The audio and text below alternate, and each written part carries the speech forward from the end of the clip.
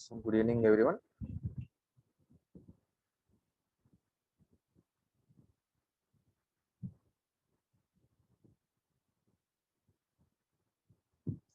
So is audio video clear for all?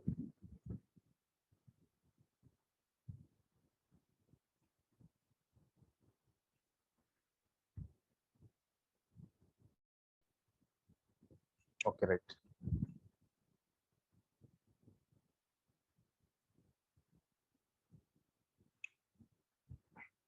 Somebody maybe very one or two members saying audio is low. That may be from your side also. You need to check because it is clear for everyone. Okay.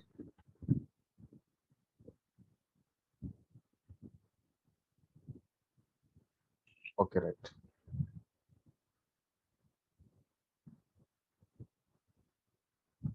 So the last class we started the operation of transformer. That is first we have seen ideal properties. No. So mainly we have five ideal properties. Complete transformer is mostly depends on these five properties only. So one by one we will take. So one property we taken yesterday. So what is the five ideal properties first? First one is the permeability of core is infinite, but practically it is never possible that infinite permeability. So we have only finite permeability, but not infinite. Okay. Next, second ideal property is what? The iron loss of transformer core is zero. But is it possible zero iron loss? Never. So this is ideal. Okay. Next, third one is resistance of winding zero, and fourth one is leakage flux in transformer is zero, and fifth one is what? The shape of BH curve is linear. But practically, what is the shape of that BH curve? It is a non-linear curve called hysteresis curve or hysteresis loop. That is okay.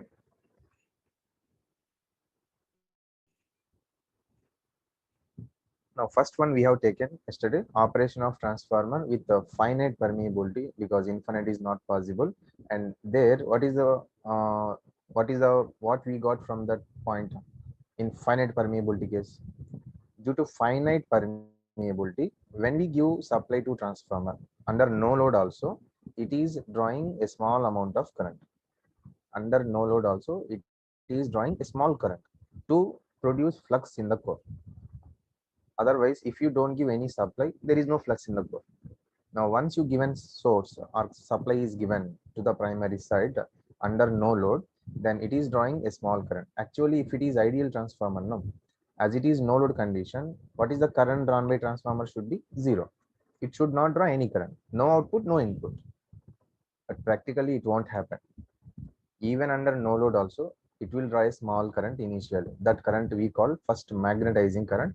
Why magnetizing current? Due to that the transformer core is magnetized, means flux is developed in that. That's why we call it is magnetizing current. And there we derived the EMF equations because of flux in the core is produced. EMF is also produced. Now, what are the EMF equations?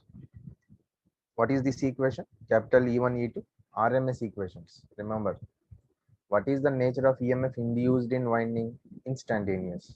And that is we converted to RMS. So these equations is RMS equations. 4.44 Bm AN F N1. Similarly, E2 equal 4.44 Bm AN F N2. Okay. Primary induced EMF, secondary induced EMF. So there we have seen some important observations of these EMF equations.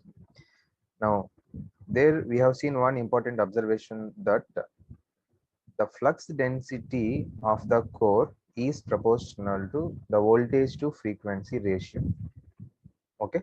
So one of the observation it is we have seen the flux density of core is proportional to V1 by F ratio, voltage, supply frequency. Very important it is.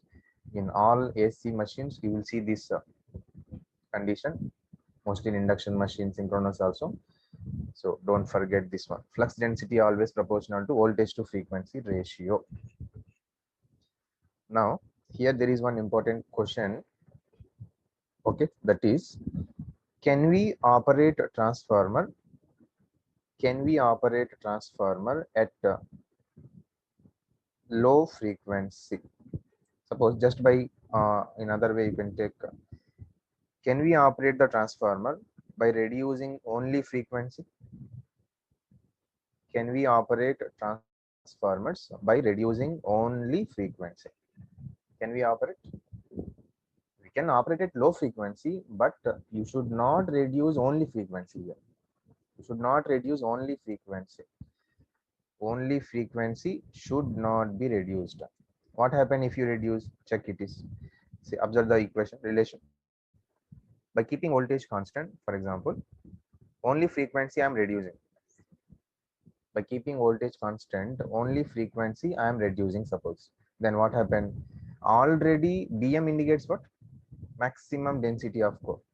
Based on the rated voltage, based on the rated frequency. It is the maximum density of the core. Now, whenever you reduce only frequency, now what happens to this density increases? Means it is beyond the maximum limit, no? Beyond maximum. Now, what happens to transformer core? Now, transformer core will become saturated. Transformer core will become saturated. Not only transformer core, any iron body, what happened? If you are continuously increasing flux in that iron, electromagnet, suppose, take a electromagnet it is. And when you increase current in this, whenever current or voltage increasing here, current also increases. Whenever current increase, the magnitude of flux will increase or not? Yes, the magnitude of flux in the magnet increases continuously. Now this iron whatever we taken will have some limit or not? Yes, every core, every iron body will have some maximum limit, flux limit. More than that it cannot take. If you increase also it cannot take. Suppose this iron piece can accommodate maximum 100 flux lines, for example. Maximum 100 flux lines it can accommodate. Now, if you are continuously increasing current, flux is trying to increase, but that flux, if once reaches maximum value of 100 flux line, beyond that flux cannot increase in the iron. Even if you increase voltage here, that is completely waste. Okay, even if you increase the current continuously, flux will not increase. No? That means saturation takes place. So once any core saturated, beyond that no variation you can observe. Almost constant flux will be there. Now here also, if you reduce only frequency, no, density increasing. Density means what? What is flux density in terms of flux? Flux per area. Area of core never change, fixed. Density increasing means which one increasing? Flux increasing. The maximum density means maximum flux. Now the flux density here beyond its maximum. Therefore, flux also beyond its maximum limit. Now the transformer core will be saturated. Now under saturation, we should not operate transformers. So what happens if you operate? If you operate transformers under saturation, that is non-linear behavior. No? So with variation of current, flux is not varying. So power transfer also will not take place properly. So we should avoid this operation of transformer. Saturation we should avoid. Saturation should not take place. But I need to operate still at low frequency. How can I operate? I want to operate transformer at lower frequency, but only frequency I should not reduce, because if I reduce only frequency, what is happening? Saturation. So to avoid that, we have one remedy. What is that? Whenever it is required to operate the transformer at low frequency, whenever it is required to operate transformers at low frequency, the procedure is don't reduce only frequency, reduce simultaneously voltage also. Whenever frequency is reducing, reduce voltage also. How to reduce? Such that this ratio should be constant. This ratio should be constant. Suppose previously 400 volt, 50 hertz supply given. Okay, 400 volt, 50 hertz supply given to transformer. Now I need to operate same transformer at 25 hertz for my purpose, to operate some load, for example. Now I need 25 hertz. Then I should not apply same voltage 400. Then what I can do? Reduce the voltage also. How much to be reduced? Such that V1 by F, how much it is? 400 by 50. How much you get? 8. Now that ratio should remain 8 only, like that. if you take 200 volts, 200 by 25, 8 only, then we can operate transformer. So if I want to operate transformer at 25 hertz, you need to reduce the voltage to 200 volts. Then ratio is remains same. There is no variation in the density, means flux also remains same in the core. Then we can operate transformer. Okay. And if it is required to operate transformer at higher frequency,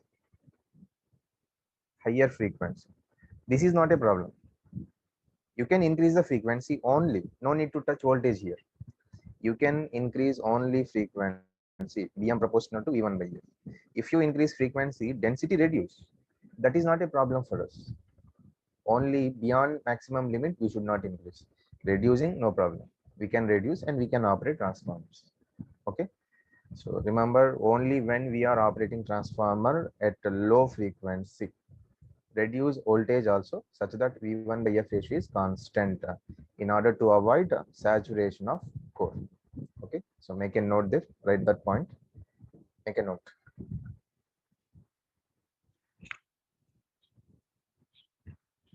In order to operate transformers, in order to operate transformers at low frequencies, in order to operate transformers at low frequencies,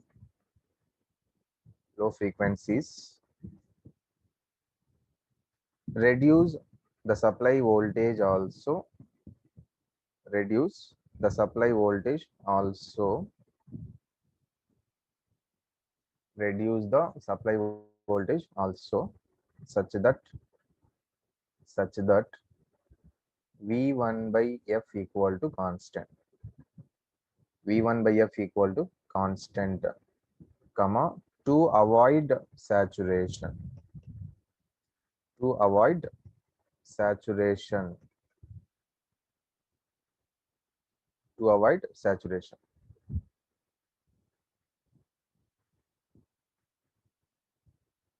Okay.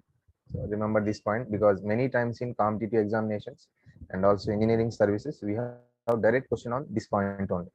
Okay. So let's see one question on this point.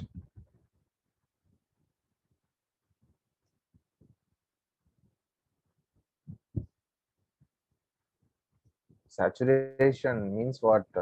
Just now I give an example. No, this iron piece can accommodate only 100 flux line. Every iron material will have some capacity. More than that, it cannot take the flux lines. So in the same way, transformer core can have maximum density of some 1.6 Tesla. Maximum density of the core is 1.6 Tesla, for example. For this much density means you can take example, this core can accommodate 1000 lines, not more than that. The capacity of this core is only 1000 lines. So whenever current increase, flux also increase. At the same time, according to this relation, whenever frequency is reducing, density increasing. Density increasing means which one increasing? Flux increasing. According to this equation, flux increasing.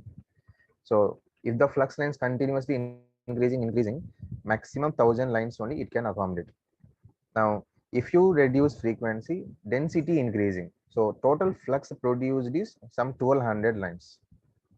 Total flux produced is 1200 lines. But how many lines are there in the core? In the core is flowing only 1000, not 1200. Now the 1200, where is the 200 lines extra? These are wasted, no? So that is not coming into our core. That means already core is saturated. More than that, it cannot accommodate. Saturation means the flux in the core is almost constant. It won't change further. Okay. So we should not operate transformer under saturation condition. So what happened under saturation in the next coming classes, you will see again clearly. Okay.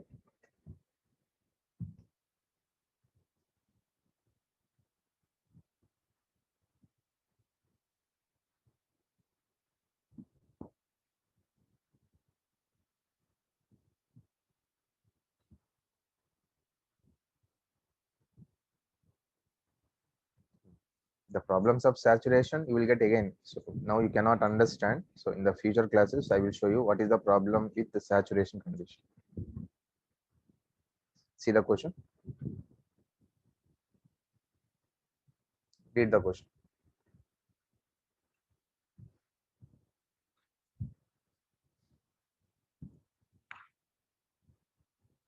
A 200 by 100 volt 50 hertz transformer is to be excited at 40 hertz from 100 volt side. For the exciting current to be same, the applied voltage should be exciting current to be same. Remember, exciting current here means no load current actually, no load current. So still it is not came into picture. So you will see about that no load current after this. Now here exciting current same is magnetizing current should be remain same. Magnetizing current should remain same. So for that, flux density, which is V1 by F, should be constant. Current remains same means flux remains same. Flux remains same means density also remains same. That is V1 by F should be constant. It should not change. Actual the rating of transformer is this 200 by 100 volt. The rating of transformer is 200 by 100 volt and 50 hertz transformer it is. Okay. Now this transformer is to be excited at 40 hertz. Now we need to operate transformer at 40 hertz. Actually it is 50 hertz. Now we need to supply 40 hertz only. And which side it is supplied? 100 volt side. This is important. 100 volt side. For the exciting current to be remain same, the applied voltage should be dash. Means V by F ratio should remain same. Initially, what is the voltage on second 100 volt side? 100 volt, and frequency at that time 50. See, initially, let V11 initial. So actual V1 means primary voltage. And here, what is the primary? Which is the primary? According to the given rating, this is E1, this is E2. Okay. So you can give supply to anywhere, no transformer. Now where they are giving supply? They are giving supply to 100 volt side. 100 volt side. Here they are giving supply. Okay. So directly I'm writing to avoid this confusion. See, previously 100 volts is applied. 100 volts at 50 hertz. So V by F I'm writing 100 by 50 hertz. Now same transformer we need to excite from 40 hertz from 100 volt side. So how much voltage to be applied for this? So this should be equal to V1 by F ratio should remain same, no? Therefore, I need to calculate voltage, how much to be applied now. V by, so this V I need to calculate. This V I need to calculate. V by, what is the new frequency? 40 hertz. So V by F ratio should remain same. Now cross multiply this. So V equal to 80 volts. V means you can consider this is new voltage to be applied on secondary side. 80 volts is need to apply so that V by F ratio remain constant. Okay. 100 volt side it is. 100 volt side they asked. Otherwise, if they ask from 200 volt side, how much voltage we need to apply? Previously 200 volts at 50 hertz. Now new voltage we need to calculate, and how much frequency? 40. Then how much will come? This is V1 equal to 160 volts. Okay, if they ask the same question with respect to 200 volts side, answer is 160 volts. But they are asking with respect to 100 volts side. That's why previously 150 is there, but now how much voltage divided by 40?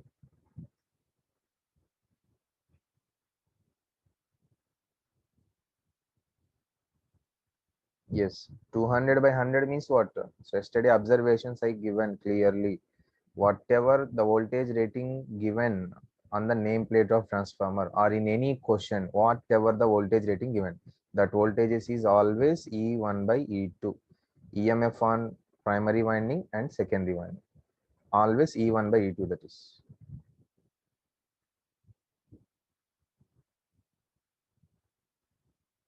Yes. With respect to 100 volts side, we are calculating, no? That's what.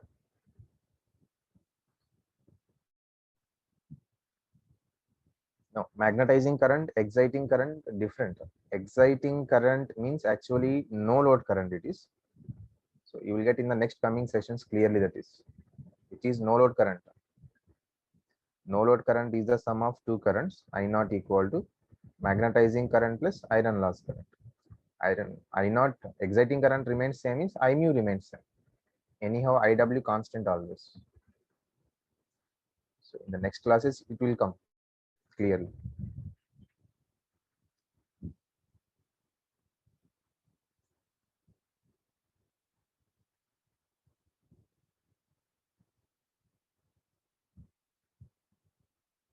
Okay. Next question. Next question.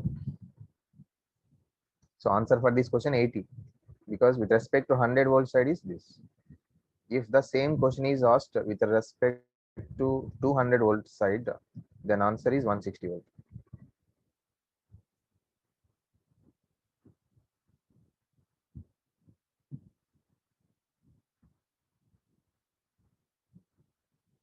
Yes.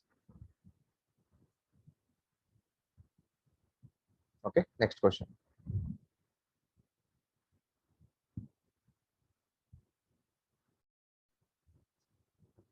See this question. Read the question first. So understanding question important. Read the question with proper understanding.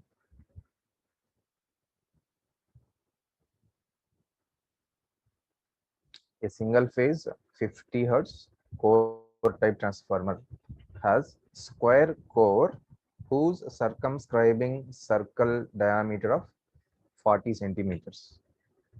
The permissible flux density is 1 Weber per meter square. If the stacking factor is 0.9, the voltage induced per turn is dash. So this is from EMF equation directly. What is the EMF equation first?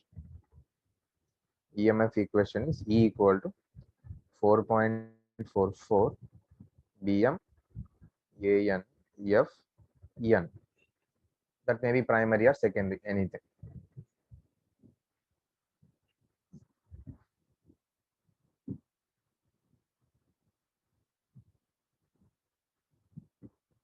Okay. Now EMF per turn means what? E by N value, no? E by N we call EMF per turn. What is that value? 4.44 Bm AN F. So this is we need to calculate. So in the given question, permissible flux density, nothing but maximum density of core is 1 Weber per meter square or 1 Tesla, anything. Okay. Bm is there, frequency also there, 50 hertz. Frequency also there, but only the thing is AN is not given directly, but given we can find AN directly not given. In place of that, stacking factor is there. So did you remember stacking factor? What is the stacking factor relation? Ks equal to stacking factor. It is the ratio of net cross sectional area of core to the gross cross sectional area. Okay. So from this AN you can find. What is AN? Ks into AG. Ks is there. Stacking factor is 0.9 given. Ks is 0.9. And AG we need to calculate. Simple one. It is a square core. It is a square core. Square core means actually it is cross section. It is regarding cross section. We have seen two types of cross section. What is that? Square core, stepped core. Square core, stepped core we have seen now. So this is the given square core. Square core cross section it is. Here we place winding. Here we place winding.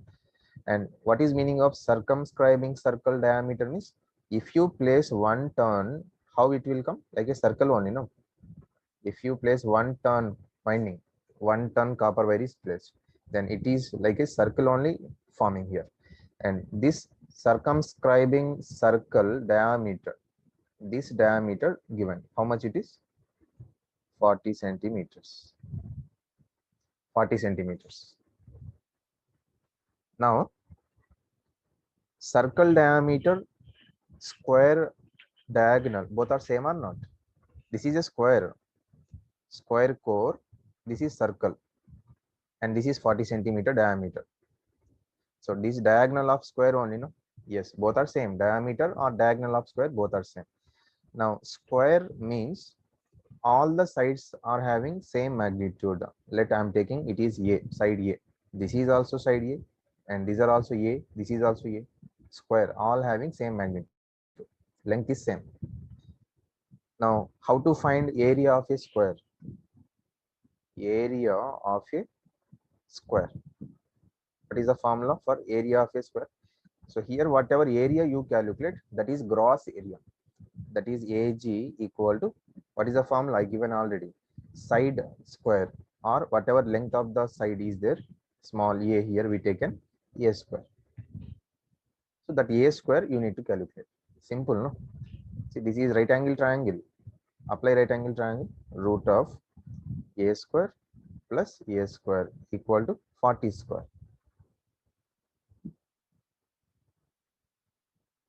Oh, this is equal to what? What is the right angle triangle? This is diagonal. 40 equal to root a square plus a square. 40 centimeters. Now square on both sides. Squaring on both sides. Then we get a square plus a square equal to 40 square. Okay. Now 2a square equal to 40 square. Then what is a square directly from this? This is 1600 divided by 2, nothing but 800. Okay. This is a square. A square value is 800. Now substitute here the area of core, gross area it is 800. Okay. 800 centimeters square. Area of gross area of core is 800 centimeters square. Now what we need, AN is required, because in the equation we have AN, net cross section area, that you can find from stacking factor. Therefore substitute here. We will get AN equal to, stacking factor is 0.9 into 800. This is equal to 720 centimeters square. This is AN. Now substitute in this. 4.44, flux density is there 1, and net cross section area 720 into meter square we have to take centimeter, no, it is 10 power minus 4 into F. Frequency how much? 50 hertz. Calculate this value.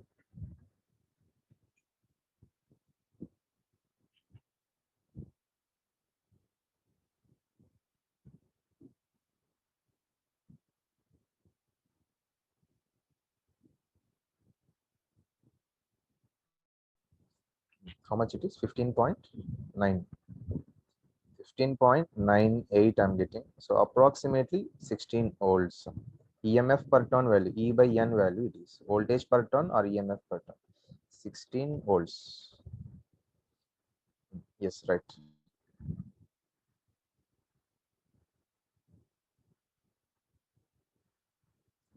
See, square means it is a laminated core, no? That's why it is AG we taken. Why AG? It is laminated core. That is not given. Anyhow, whatever the cores we are using, laminated only. That's why whatever area you will get, that is gross. Insulation also there in this. But in the EMF equation, we have only net area. That's why AN is calculated. Okay.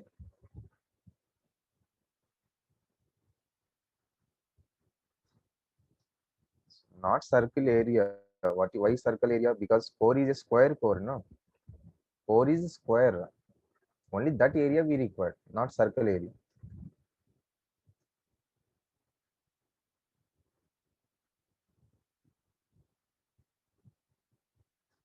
Stepped core is difficult to find gross area because there are steps. For each step, you need to find separately area. Then you need to add for all the steps. So that based on that, they will give the required data. No?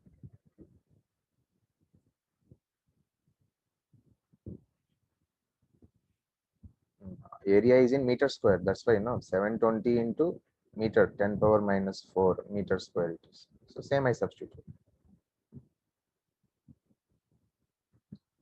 See, if it is not mentioned laminated also, you need to take laminated only. Otherwise, okay.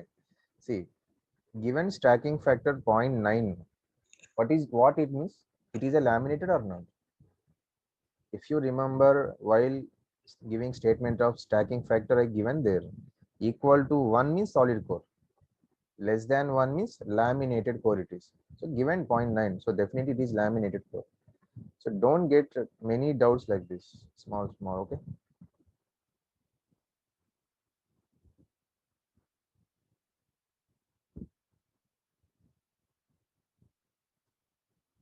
See, 1 centimeter, 10 power minus 2 centimeter square, no? So 10 power minus 4. Some of you asking about this formula, how it is. Root of a square plus a square, why root is taken. So in a square, if it is side A, let it is some D. Then what is the formula in this right angle triangle? Just you can apply small relation. Get small d equal to root of a square plus a square. Same thing applied.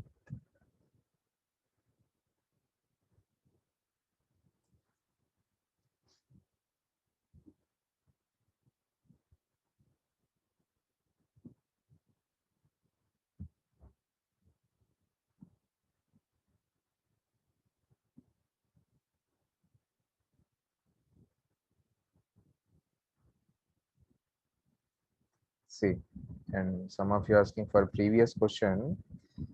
Uh, V1 E1 different.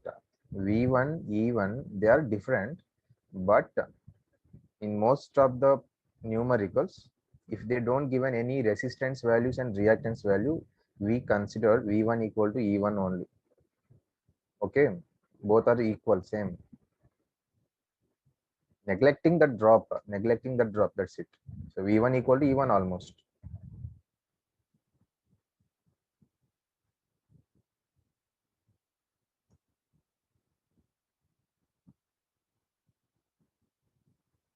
Okay.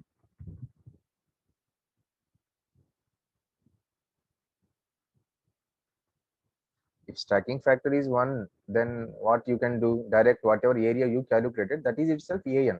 Then directly substitute in EMF equation. Yes. During lamination, definitely that insulation will be there.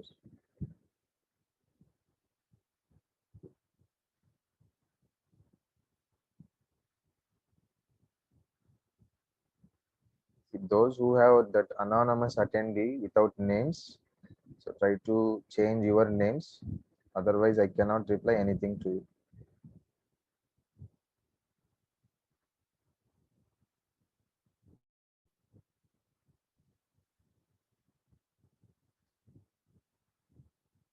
Aishwarya Venkatesh.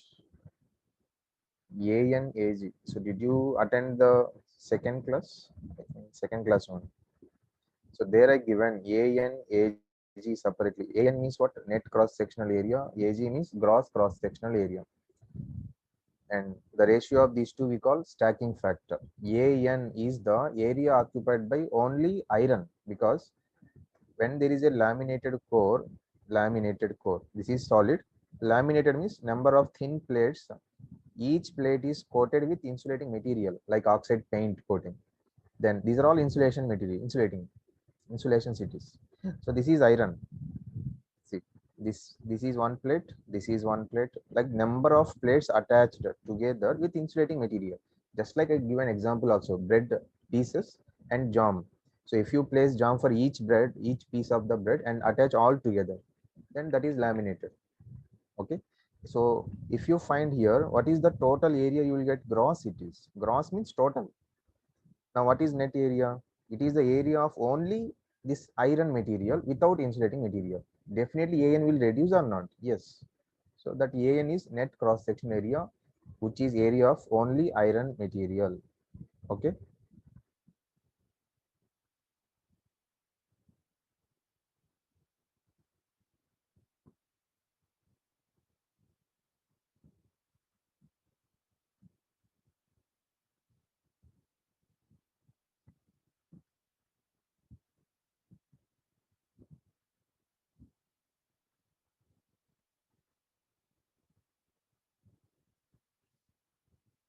Okay, right.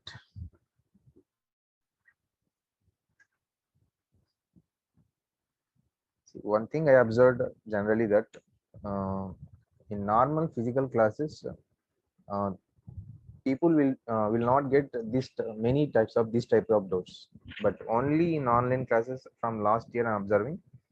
So this type of doubts are coming so much. So I don't know why. In normal physical class, no, this type of doubts mostly people will not ask also. Maybe they will get doubt, but they are not asking. But here it is easy to ask. But okay, no problem. You can ask any doubt because we should clarify. We should know, no. Why we are taking an in the formula? So remember, mostly I have given each and every point during the concept itself. This is your concentration only required. Maybe at that time some of you may miss while listening that point. Okay, so an, why we are writing an in EMF equation? Already I said EMF induced. Actually, flux we got here. Flux we got in place of flux phi. We are writing B into A. Okay, anything we can take based on the data given. Phi or BA. BA maximum flux and area. Area means AN I written. Why AN I written? I said EMF is due to flux in the core, and this flux is flowing in the core. In which part of material, iron or insulating material or both? Only in iron flux will travel, no? So flux is flowing only in iron, that is net area, net cross sectional area. That's why I'm not taking AG in this. Clear?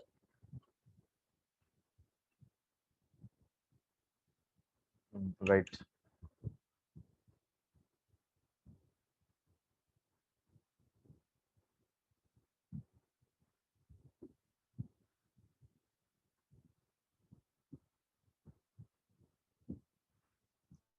Okay, no problem. Any type of doubt you can ask.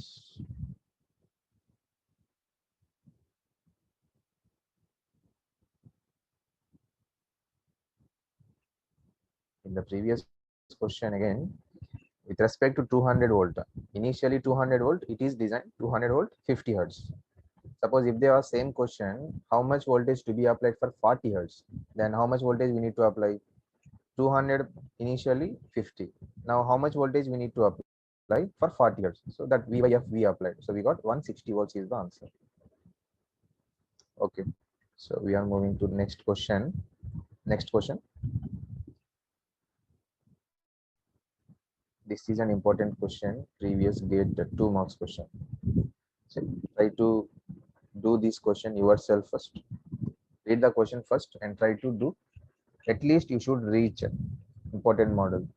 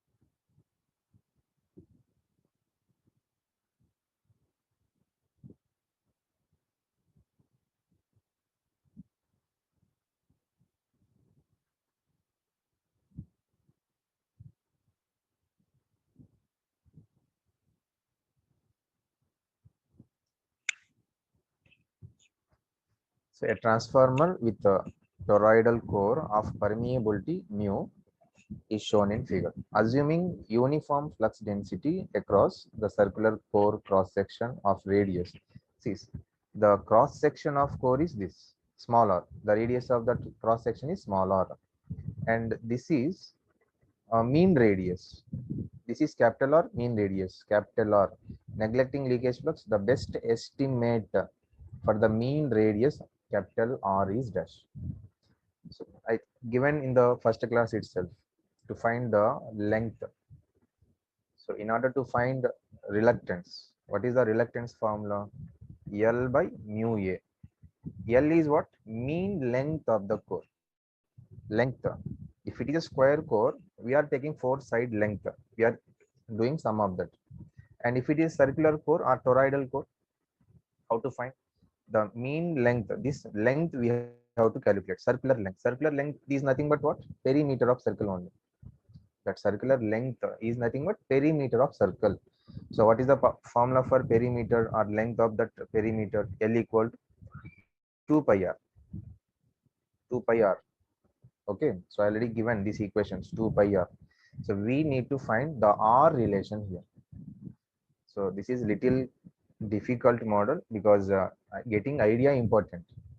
Getting idea important. Most of the people in this year 50% not did this question.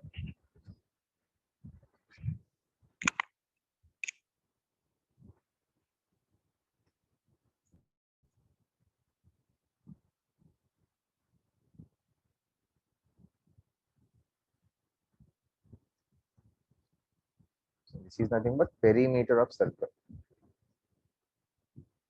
Perimeter of circle. That is length L equal to 2 pi r. So R value we need to calculate in terms of that voltages. And here, see, given the sign voltage source of this primary winding is Vp equal to capital V cos omega.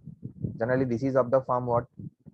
Sinusoidal, no? Vm cos omega t, like that we are writing, but they given with some different notations. Capital V cos omega it is cos omega t, and primary current given Ip sin omega t because current lags voltage by 90 degrees sin cosine. Okay, this is having turns Np. So this is completely from EMF equation. Completely this solution you will get only from EMF equation.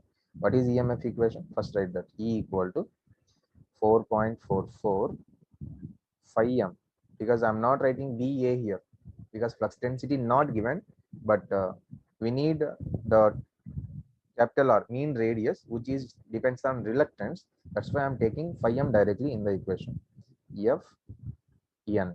So as it is primary side E1 N1 I'm taking because primary voltage we have. That's why E1 N1. Okay. BA I'm not writing BA here. Why? Because that is not available. Density is not available in the question. That's why I written this equation in terms of phi m. Now E1 equal to 4.44 phi m. How can we write flux in terms of MMF? Flux is MMF divided by reluctance. Okay, into frequency into N1. N1 means here primary terms. So whatever the notations they given, you have to use that. Okay, carefully listen this. What is E1 means? RMS voltage, no? Capital E1 means what? RMS voltage. But here in the question, you don't have RMS voltage. We have instantaneous supply voltage. We have instantaneous supply voltage. What is that voltage here? This is maximum voltage is capital V. Now how to find RMS voltage? How to find RMS voltage? Maximum voltage by root 2. So capital V by root 2. So try to understand one by one it is. V by root 2. E1 means V by root 2. Why it is V by root 2? Actually, they did not given here RMS directly. They given instantaneous in terms of this cos omega t sin omega t. So Vm cos omega t is the standard form. Now what is the RMS voltage? Maximum voltage by root 2. So that V by root 2 I taken. Maximum voltage means here what? Capital V. Okay. Next 4.44 into MMF. What is the MMF? Ampere turns. Current is I and number of turns is, what is the number of turns in this primary? Np. So write that equation. This is the MMF Np into I. Maximum flux, maximum MMF divided by reluctance. So what is the reluctance formula? So write directly. Reluctance is L by mu A. L by mu A into frequency. What is the frequency? frequency is not given in terms of hertz, but given omega. Omega means this is also frequency only. Omega t is what? Frequency in radians per second. Now, how can we write omega in terms of frequency? 2 pi f. 2 pi f. Now, what is the f? Omega by 2 pi. F is omega by 2 pi. Okay. Into n1 primary turns. What is the primary turns given? Np. First, take care of this equation once. Observe carefully this equation.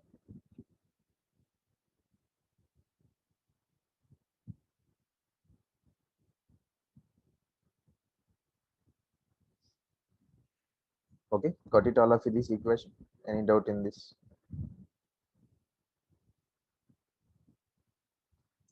E equal to V. How E1 equal to V1 only, no? Because I said there is no resistance drop, nothing given. So directly, most of the cases we take supply voltage only. E1 means supply voltage only. If rating is given, directly you can take, but rating also not given. So whatever source voltage is there, directly that is equated to EMF here. That's why E1 equal to that supply voltage and RMS voltage. Now E1 is RMS, but in the question given Vm cos omega t form. That's why V by root 2 is the RMS voltage of source. Okay.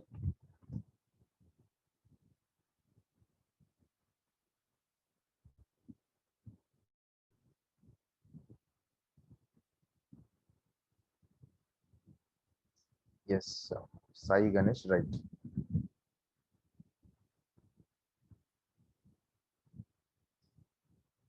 Why current is not taken RMS? Because this is maximum flux.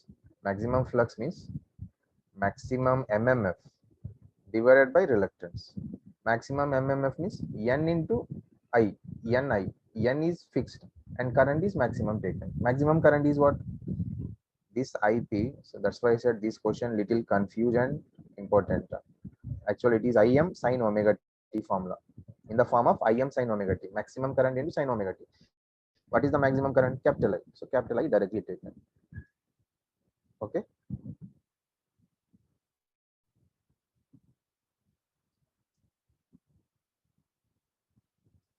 See, N1 means primary side. That's why N1 equal to NP, not NS. Okay. NS is secondary, na here. Yes, Niharika, right. Option D is correct.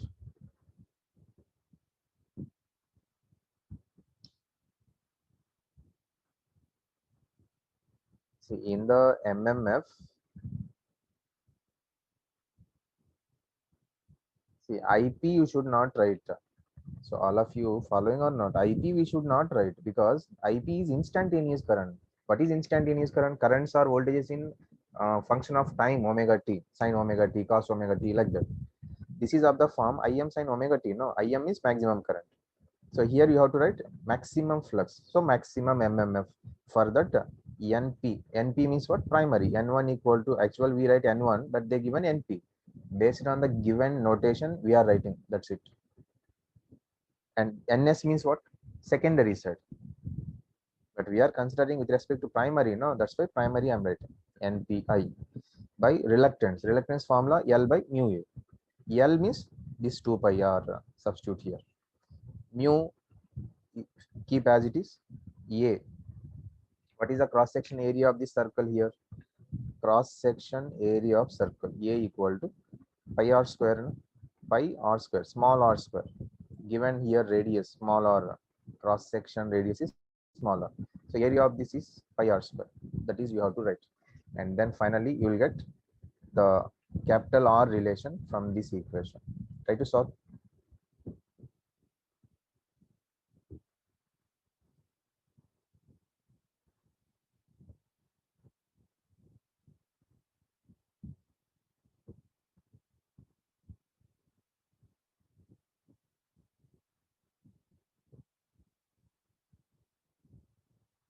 So why we are taking RMS here?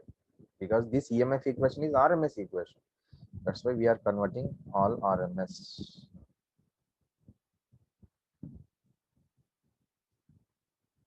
Frequency they did not given, no, F. Frequency they did not given F. They given frequency in terms of cos omega t. Omega is there here. Okay. Because of that, I am converting frequency in terms of omega according to the relation omega equal to 2 pi f. In the options also we have omega. Otherwise, if you take direct frequency, you don't get the answers. That's why frequency converted to omega. So substitute all the values first.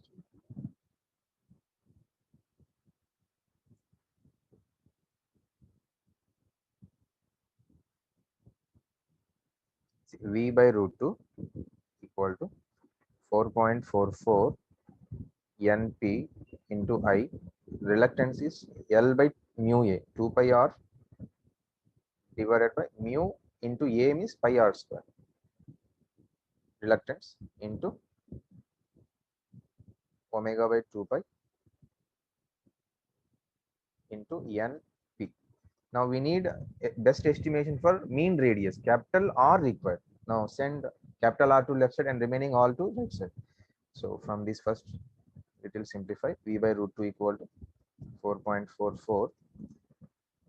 NP become NP square into I into omega into mu into pi R square divided by 2 pi R. But R value required. So for that, solve this. R equal to 4.44 into root 2 divided by 2 pi V into NP square into I into omega into mu pi R square. Pi gets cancelled. Pi R square. That's it. Solve this. Check finally which option will satisfy this.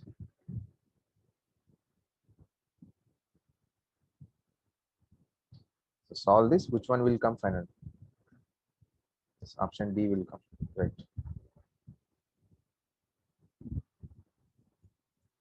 Mu I R square NP square into omega divided by 2V.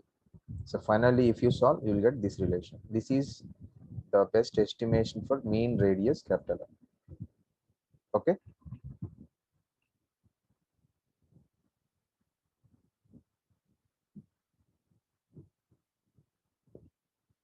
Got it all of you same?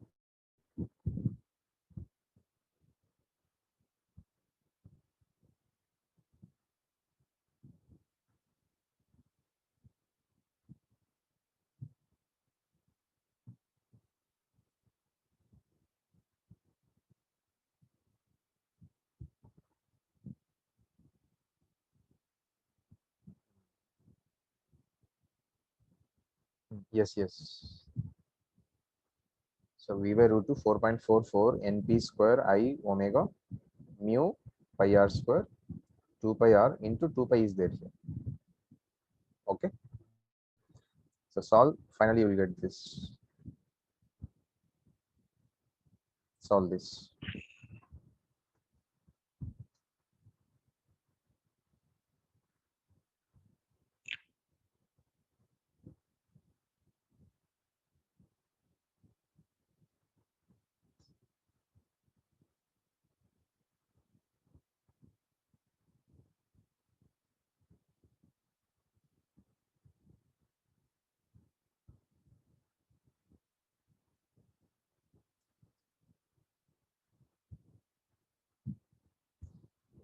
So answer is option D. So this equation will come. See, listen one more time. So we need to find the best estimation for mean radius, capital R we need to calculate. So this capital R, when we'll get capital R here? In the form of perimeter of circle, you will get length equal to 2 pi R. Now from the reluctance formula, what is the formula for reluctance? Mean length by mu into cross sectional area of core. This is mean length. How to find mean length for a circular core or toroidal core here? This is perimeter of circle. That is we applied formula 2 pi r. And area of cross section of the circle is circular core is pi r square. And that small r is the circular core radius.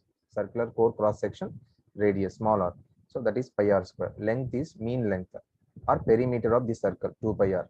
So that is we applied in the formula. And from the RMS equation, EMF equation, E1 equal to 4.44 5 Fn. Now here E1 is not given directly. Generally they will give in the questions now 400 volts by 200 volts. Okay, like that. Some rating they will give, but that is not given. But they given only the supply voltage here. So we are considering that supply voltage itself in place of this E1. Okay, E1 is almost equal to supply voltage only. Directly we taken E1 equal to supply voltage, and supply voltage is also not direct RMS voltage they given. They did not given RMS voltage. They given in the form of this instantaneous voltage, Vm cos omega t form. So what is the RMS value? Maximum value by root 2. What is maximum value from given supply voltage? V. Capital V is the maximum voltage. So V by root 2 taken 4.44. And maximum flux means maximum MMF. Maximum MMF means NI, but that I should be maximum current because maximum MMF required. That's why if you observe the current IP equation, IP also given in form of instantaneous, like Im sin omega t formula it is. What is Im value here? Capital I is the maximum current. That's why I taken divided by reluctance L by mu A. And frequency also they did not mention in the question, but in the option also if you observe the options are in the form of omega only. That's why frequency we converted to omega. What is the formula? Omega equal to 2 pi f. So f is omega by 2 pi. And n1, why n1? Everything we are writing, this equation we are writing with respect to primary side. So n1 is primary turns. So what is primary turns in the given question? Np. That's why np is taken and solved it is, we got the relation for capital R. Okay.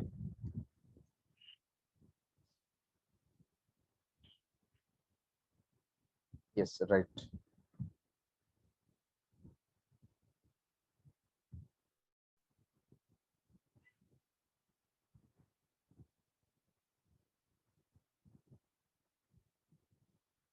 Okay, clear all of you.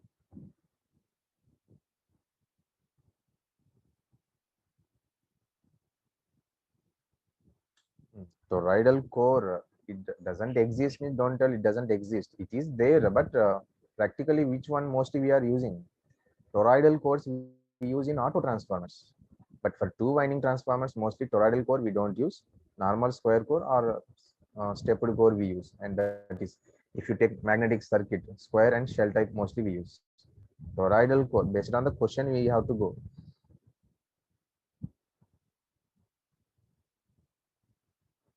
Okay, next.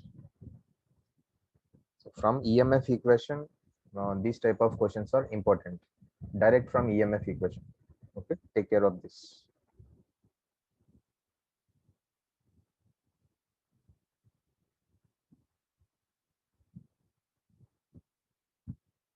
So not difficult it is, but getting idea important. Getting idea important for this question. That's it. Only from EMF equation we solve just 3 steps. But all these formulas you should know. Perimeter of circle and area of this cross section, circular core cross section, pi r square. All you should know.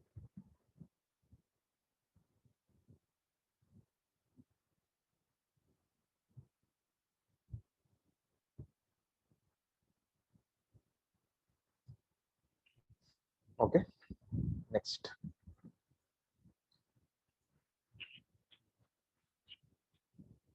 Next, the first ideal property we have seen, operation of transformer with the finite permeability core.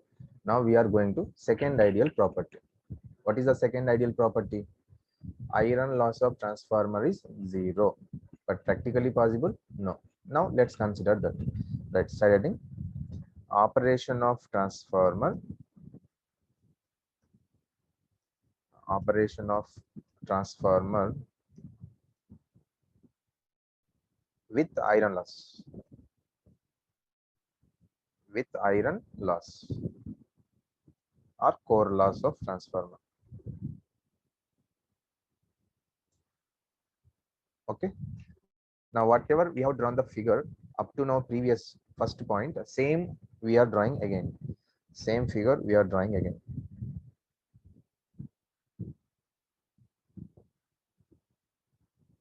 See this. So I already said step by step we will build these complete concepts. Up to the previous, we will draw same diagram now. So what is that? Previously, the transformer is under no load condition and we are giving a source to the primary. Then it is drawing a small current. What is that current? We call magnetizing current. Okay. So when we excite the primary with an alternating voltage source of frequency f, it is drawing a small amount of current, I mu. Now the core is magnetized, EMF induced in this. Core is magnetized.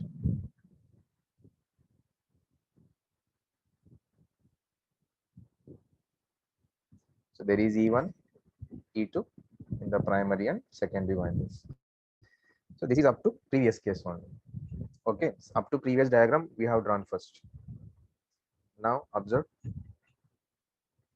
Now there is iron loss. Iron loss also we are considering. Practically every core will have a small amount of loss in the form of heat. So due to that, as there is some power loss in transformer, a small amount of power loss. Now we are considering one more current in this called IW. That is called iron loss component of current, or simply iron loss current. Or this is also called working current. That's why we represented it is as IW, working current or iron loss current. Why we taken IW additionally? Suppose if there is no iron loss, IW 0. But now as there is some small amount of iron loss present in the transformer core, that small loss we are representing with one more additional current. Now transformer will draw some additional current from source. Otherwise, just think here. Initially I mu is there, now flux is produced. Now due to that alternating nature of flux, what is the nature of flux passing in the core? Alternating. So as flux is alternating, we have iron loss, which is the sum of hysteresis loss and eddy current loss. So anyhow, we will see clearly about that losses again, hysteresis loss and eddy current. Now anyhow, iron loss is there in the form of what? Heat. Now in order to generate heat, this transformer automatically heat will produce, or it has to take from somewhere. Heat automatically will produce at one body? No. In order to develop that heat, it will consume some power from the source. So as it is consuming, now that is we represented with the current here. That current is IW, iron loss component of current, or working current we call, because it is causing some heat in the core, transformer core. But now, is there two different currents in the same winding? Is two different currents will flow in same winding? No. Suppose if there is a conductor, can you represent here 1 ampere is in this direction, 0.5 amps is in this direction? Can you represent like this? No, blunder. Same current will flow in one conductor, not two different currents at a time. Okay, so this is our just representation. Previously I mu we taken, now IW, but actually under this no load condition, the total current drawn by transformer,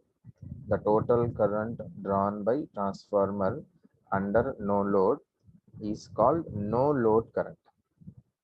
Just I naught will flow, and that I naught internally is sum of two currents. One is magnetizing current to magnetize the core, then iron loss current. Now just tell me here, which is first? I mu is first, IW is first. Which is first? Yes, definitely I mu is first. Without I mu, is there IW? If there is no I mu, suppose I mu 0, is there any flux in the core? No flux. If there is no flux in the core, is there any loss in the core? No loss. So no IW. I mu is the first component of no load current. Then IW is the second component. Okay. So totally under no load condition, under no load, secondary side no load, the transformer is drawing a small current from supply. That current we call no load current, I naught. Now this I naught is the sum of two currents. I naught equal to I mu vector addition. Don't take direct sum. Vector addition I mu plus IW is, which is magnetizing current and iron loss current. Now clear? So why we taken additionally IW? If iron loss is set 0 in the question, IW is 0. Okay. So write one point here. Under no load,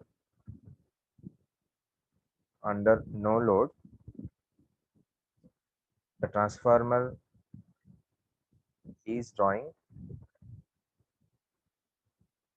a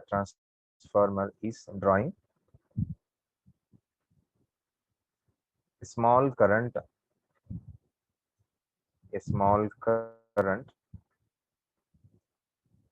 a small current IW to represent iron loss of core, to represent iron loss of core,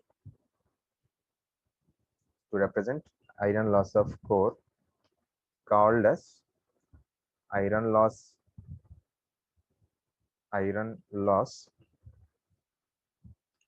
component of current, iron loss component of current, or working component of current, called iron loss component of current. Enough. So under no load, it is drawing a small current. Previously, I mu is there. Now, what additionally one more current, that is IW, to represent iron loss of core, called iron loss component of current. Now, therefore, right below this,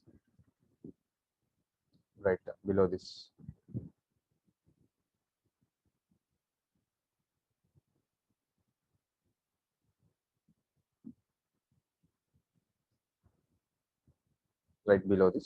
Therefore, total current under no load, total current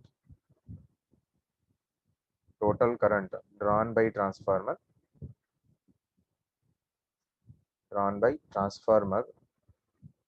under no load,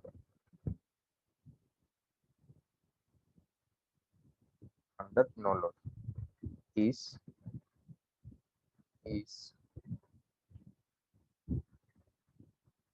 no load is called no load current,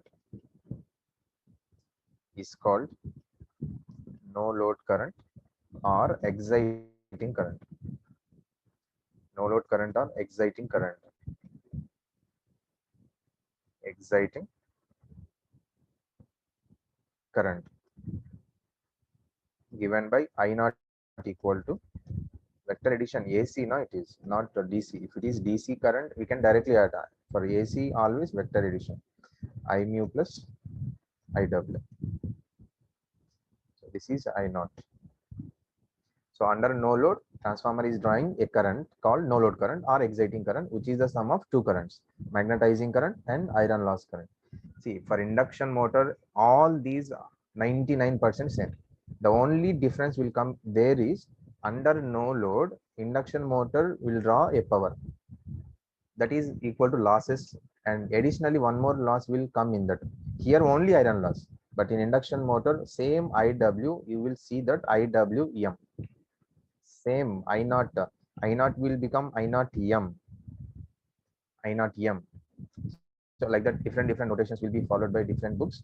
So in place of that IW, particularly M will be added. M means what? Additional mechanical loss there. But we don't have any mechanical loss here. Almost same.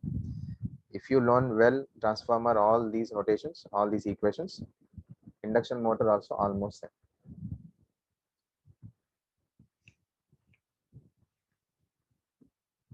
Okay. Now write difference between I mu and IW briefly. Right.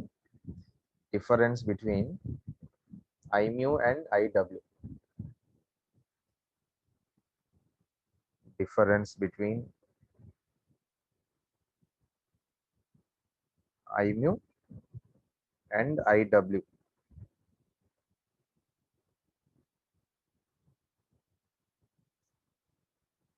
Right, I mu, IW. Now, what is the purpose of I mu we taken first? I mu to create flux in the core. So creating flux in any body is a active component or reactive component. So we have what is the total power? Apparent power S equal to active power plus reactive power. Okay. Now this I mu is used or considered to create flux in the core. So flux related anything is what? Reactive component. So tell me one more small question. In your home, in the uh, switchboard, whatever the supply you have, what is that power in that? What is the power in that? Complex apparent power or active power or reactive power? What is the power you are getting in your home? Apparent power, active power or reactive power? Which one?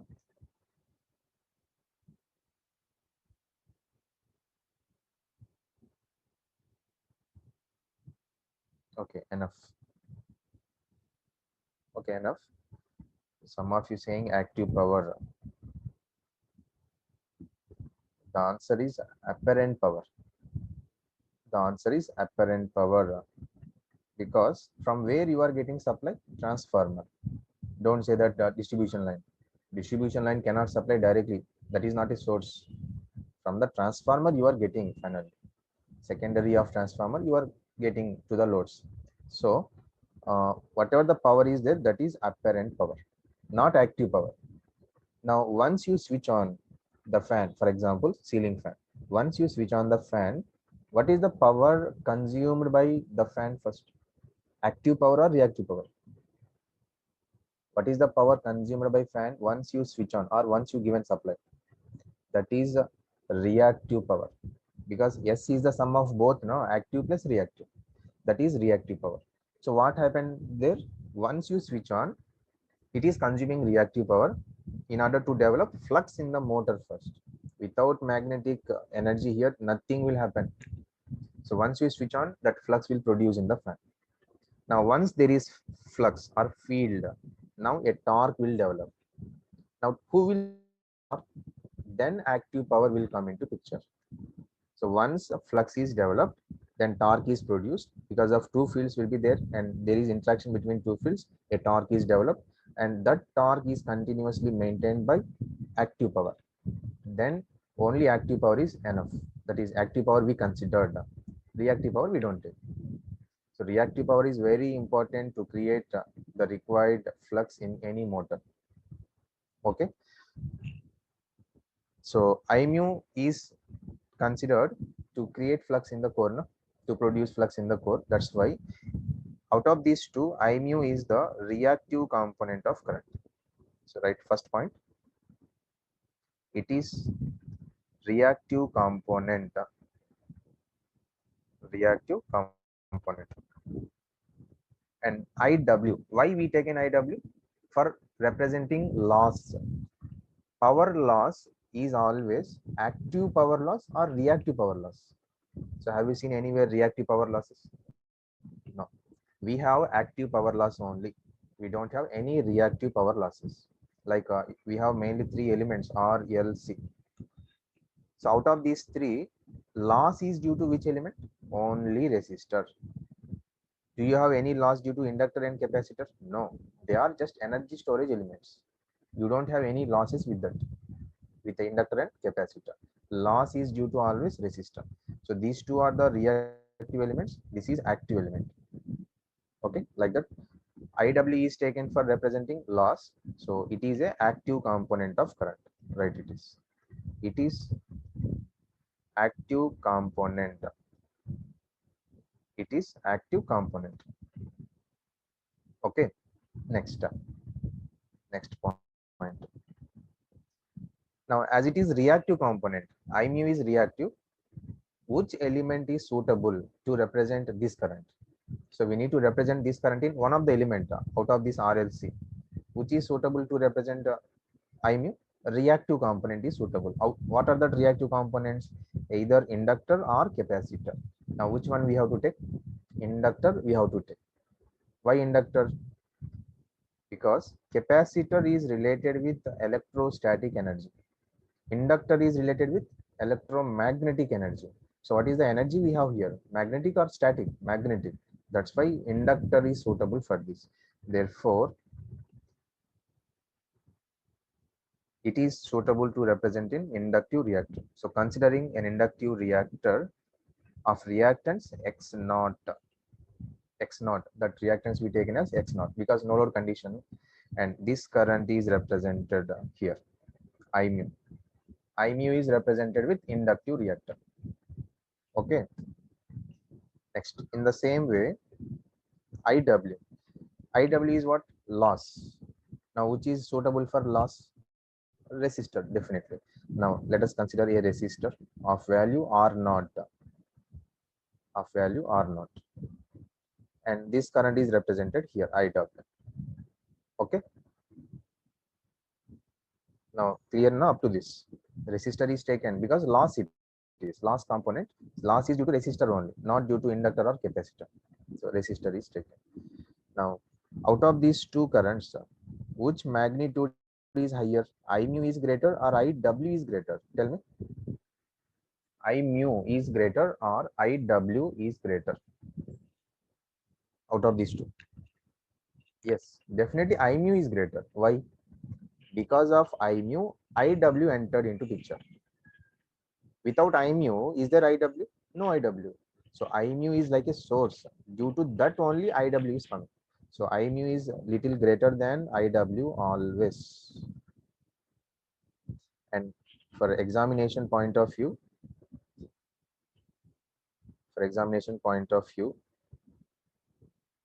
this percentage of current magnitude is important. So I'm writing that percentage. Note down this. I mu is 4 to 5% of full load current. So with respect to full load current, we will compare always. Full load means what? Here load is not connected. Generally, when you connect a load to transformer, it will assume that full load it is. So all these terminology people should be aware. Full load, no load, half full load, all these terminology. Full load means what? Suppose there is a 10 kVA transformer.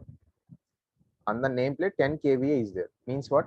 The capacity of this transformer 10 kVA. It can supply up to this. Now full load means what? Now you take a load, maybe something motors or whatever it is, heaters. You take a load and that load capacity totally should be 10 kVA. Now the transformer is said to be under full load condition. Now under that full load condition, it will draw some current. Let the full load current is some 100 amperes. For example, 100 amps. So we will see again in the next coming sessions how to find all these full load currents and all. Okay, from the ratings. The full load current is 100 amps, for example. In that 100 ampere, what is the magnitude of magnetizing current in that approximately? That 4 to 5%. Okay, like that.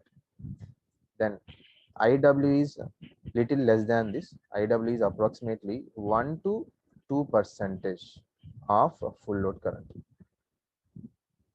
1 to 2% of full load current. This percentage is important for competitive examinations, particularly percentage is important. What is the I mu percentage? IW percentage. So I mu little greater than IW always. Next, due to this total current flowing is what? No load current we call. So how to represent that no load current? We should draw these two in parallel. We should draw these two R naught X naught in parallel, because I naught is the sum of two currents. No, this is I naught, sum of two currents. One is I mu, other is IW. This is X naught, R naught. Okay, the percentage of I naught is approximately 5 to 6%. 5 to 6% of full load current. So remember this.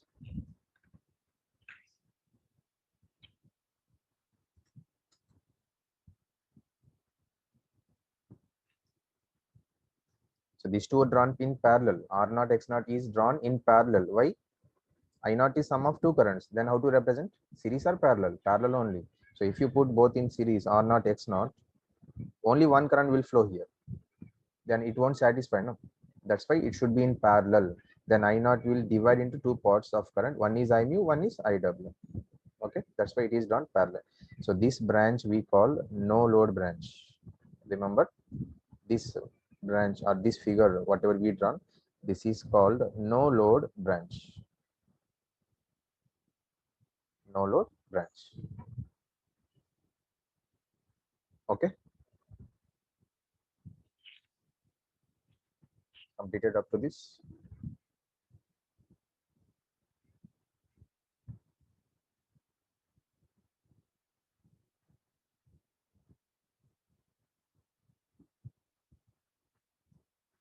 No, 5 to 6% only. Approximately 5 to 6%. Okay.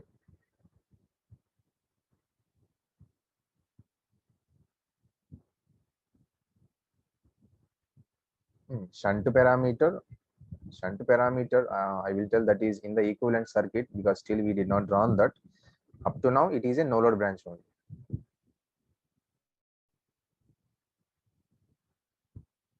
Load currents will cause copper loss. No load current also will cause copper loss. So it will come in the future.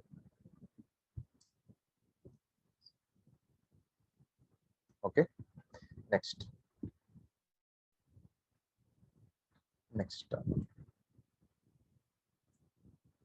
Equivalent circuit of transformer under no load condition. Equivalent circuit of transformer under no load.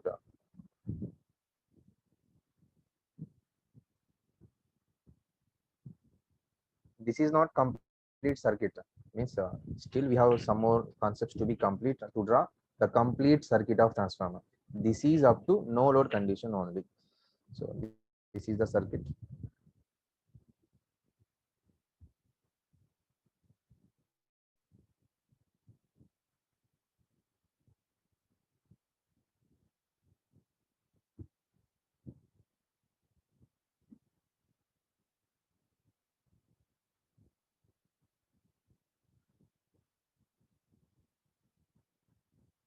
So generally, how we represent transformer? How we represent electrically? Like this, no? This is transformer indication with the two lines here. Just a transformer representation it is. But now we are drawing complete equivalent circuit of this under no load condition. Under no load condition. So under no load, this is no load branch, also called shunt branch because it is always in parallel with the windings.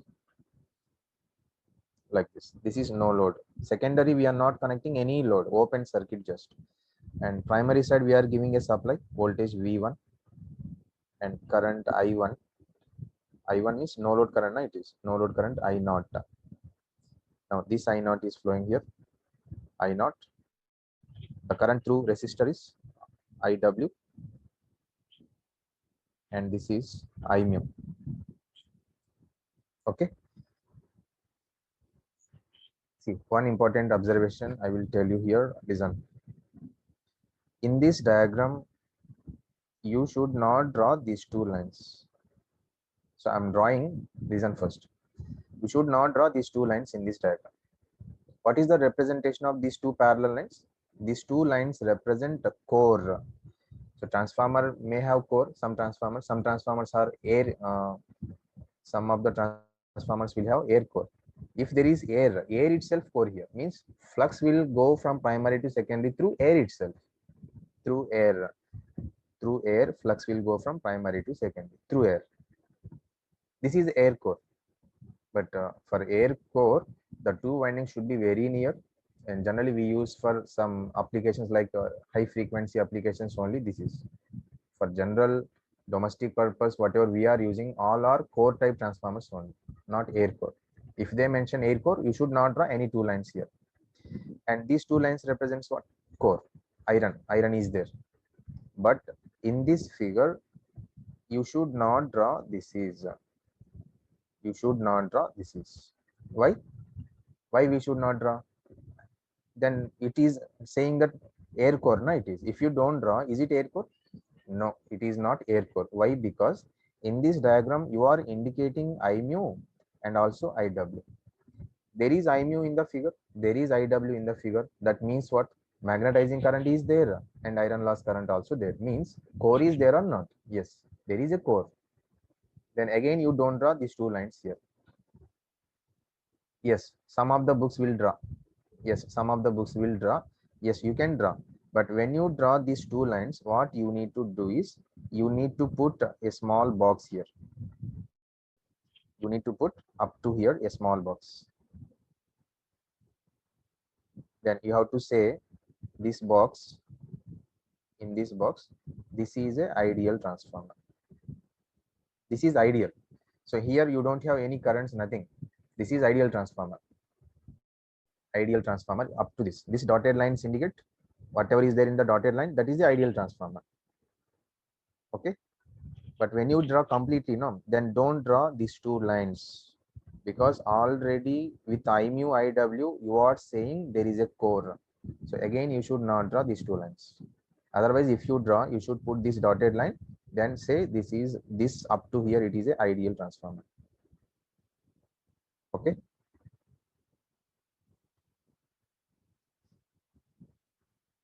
Next, from this figure, how to find the values of R naught X naught? Yes, I will tell one more important point, and some of you may get doubt why this I naught or R naught X naught we call no load branch, why it is not drawn like this R naught X naught, why it is not drawn in series with winding like this. No? We have drawn parallelly. We have drawn that R naught X naught parallel with winding, but not series with winding. Why we are not drawing like this? Yes, we should not draw in series because observe what happened. This IW and I mu are the constant currents or variable currents, that you should know. So maybe right now you don't know these are variable or constant. These currents are constant currents. Why constant is? I said in the definition, transformer is a constant flux device. Transformer is a constant flux device. Flux constant means magnetizing current constant or not? Yes, constant. Next, one more. In the transformer, not only transformer, in every machine, iron loss is a constant loss or variable loss. We have mainly two losses: iron loss, copper loss. Copper loss is variable, iron loss is constant. So as iron loss is constant, IW is constant or not? Yes, IW also constant. So as these currents are constants, if you draw in parallel with the supply voltage, then only these two currents are constant. Otherwise, if you draw in series like this, these two will change. So it is wrong. This circuit will be wrong. Why it will change? When you connect load here, the next concept, next part is load operation only. Once you connect load, I2 will flow. Once there is a current I2, the primary current also increases. Now whatever current increase, it will share by these two, R naught X naught. Then that I mu IW is changing, no? Yes. So that they should not change. As they are constant currents, we should represent I mu IW in parallel with supply voltage. Now it is constant. Observe from this figure, tell what is IW? IW, voltage, parallel, na? Voltage is same for both. So voltage is V1 by R naught. Or what is I mu from this? V1 by Jx naught, reactive component. V1 by Jx naught. So you will get now I mu value, IW value. Now they are constant because V1 we don't change, supply voltage. R naught constant, X naught constant, IW constant, I mu also constant. So for this reason, We are drawing I mu IW in parallel with the supply voltage or in parallel with winding, not in series. If you draw in series, these two will not be same constant. They will change under load operation. Okay.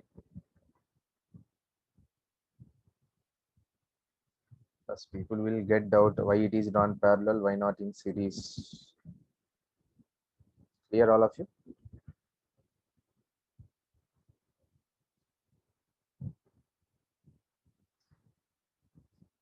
So remember these equations. Every equation we use again in future. All this calculation of IW, I mu, or R naught, X naught also. If it is R naught required, what is R naught from the figure? V1 by IW. If you require to calculate R naught, and if you require to find X naught, V1 by I mu. So we use these equations to find R naught, X naught also. Okay. Next, phasor diagram under no load condition. Already we drawn phasor diagram in previous point. Now total phasor diagram under no load condition, because IW also there now. For that we are drawing phasor diagram. Completed this one.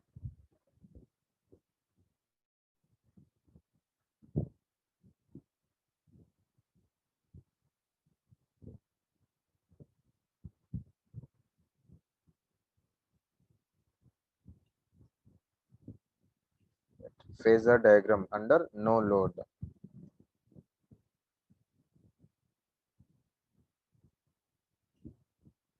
Phasor diagram under no load.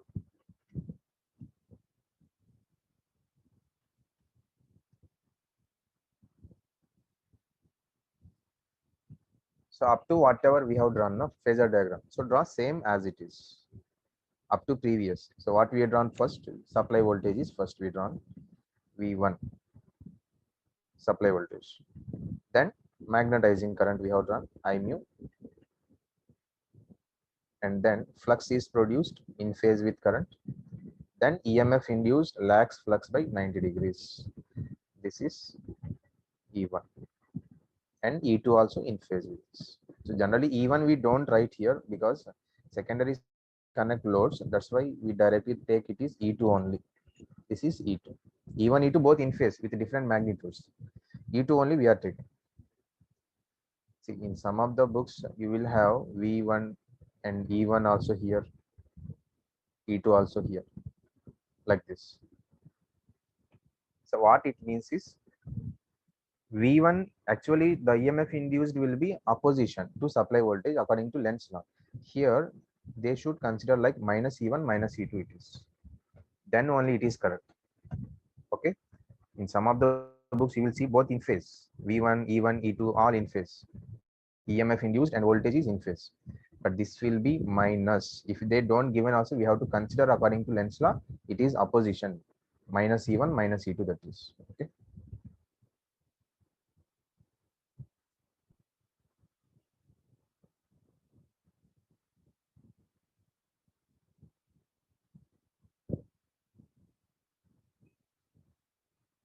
Up to this previously we have drawn.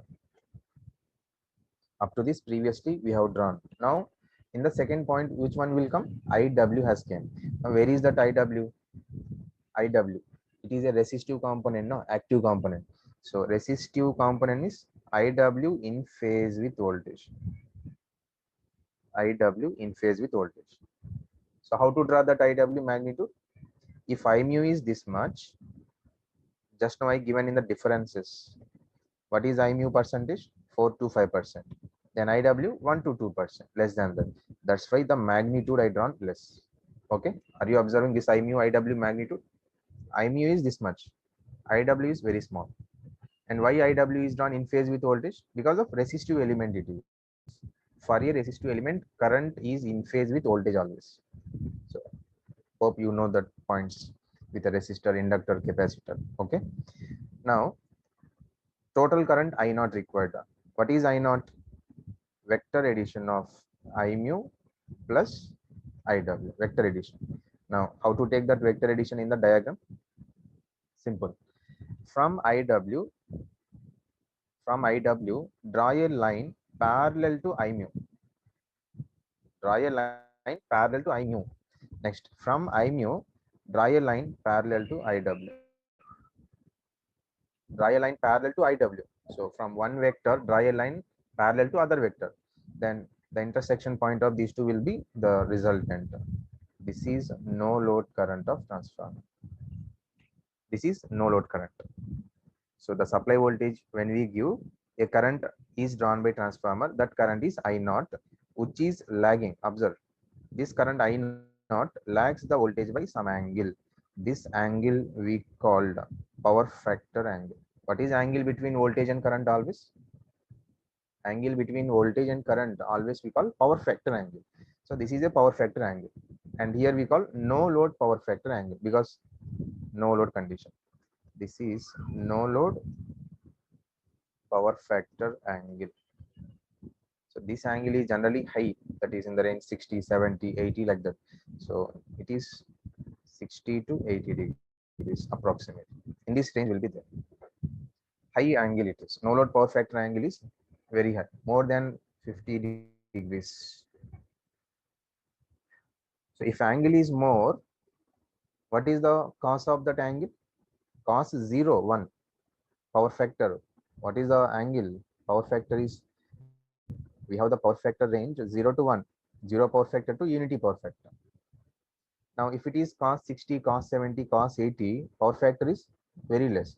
So the no load power factor is almost less than 0.5 always. Remember this. Very less power factor. Particularly for transformer, mostly it is in the range 0.2 to 0.25. 0.2 to 3, let us take.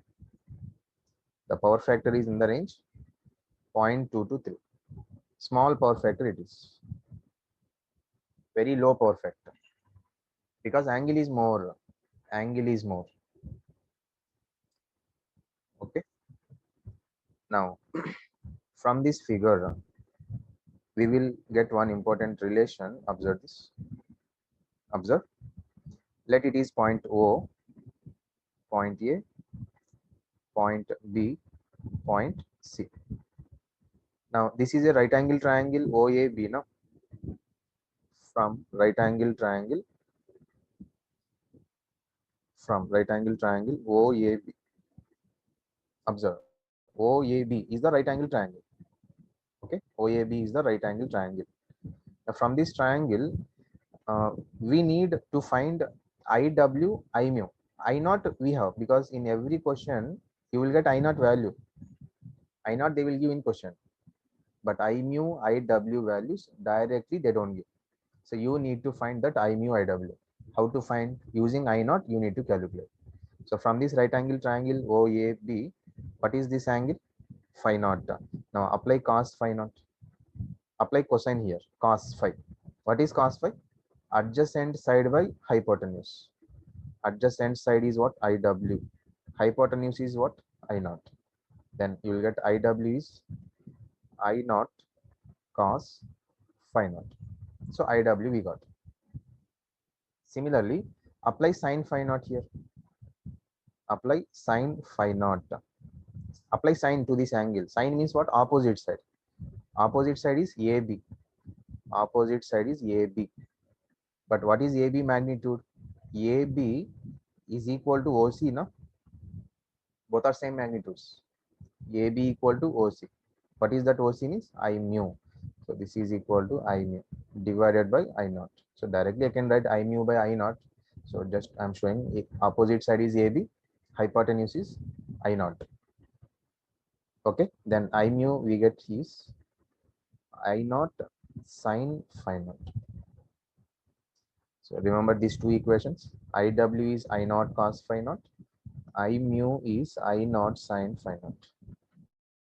Okay, once you know I naught and phi naught value, then you can find I mu, IW using these two equations. Remember this. Okay, got it all of you up to this?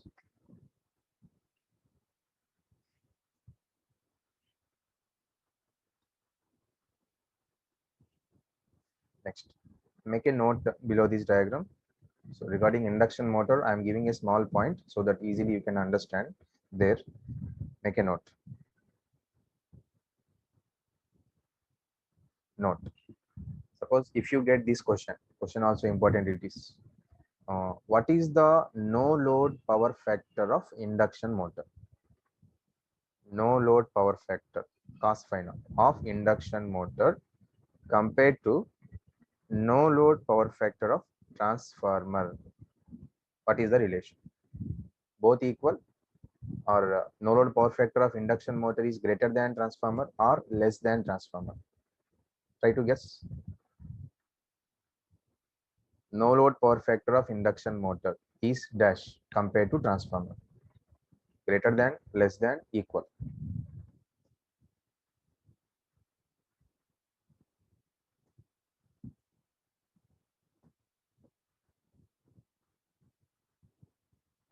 Okay, enough, enough.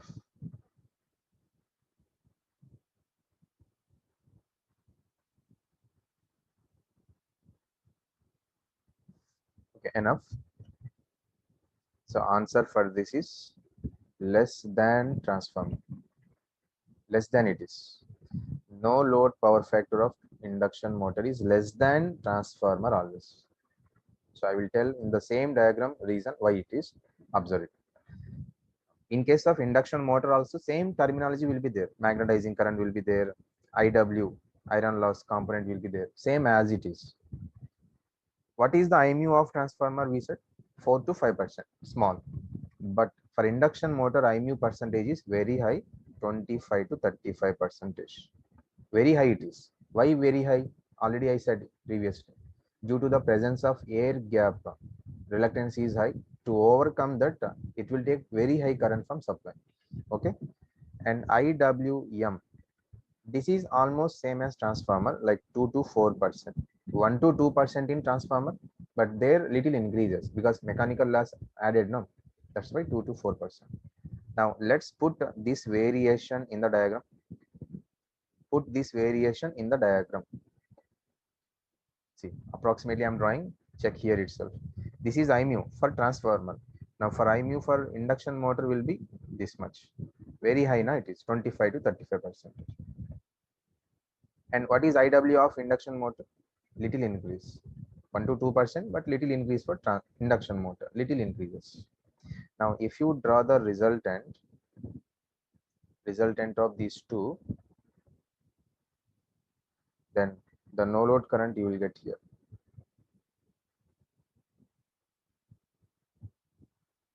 See, IMU is very high. IW slightly increases. For induction motor, these dotted lines. For induction motor is these dotted lines. The resultant of these two is nothing but no load current. Okay, no load current. Now observe what happens to angle here. For induction motor, the angle between voltage current increases or not. This dotted line is the power factor angle for induction motor. Now, whenever angle increase, what is the cos phi naught? So, for example, for transformer phi naught we got 70. For induction motor phi naught we got 80 degrees because more now it is. Why it is increases? Because I mu is very much greater for induction motor. Whenever this I mu increase, your I naught will shift like this. If I mu is increasing, I naught will come towards this. So as I naught is coming towards this or away from voltage axis, the angle increases. Whenever angle increase, power factor decreases. Okay, clear? No load power factor of induction motor less than transformer. Clear all of you?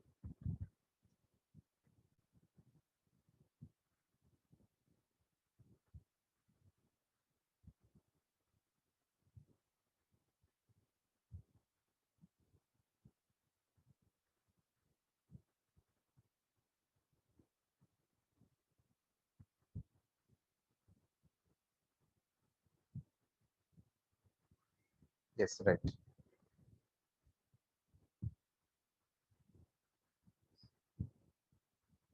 Okay. Let's see one question on this calculation of I mu IW. See this question. So all of you completed this diagram.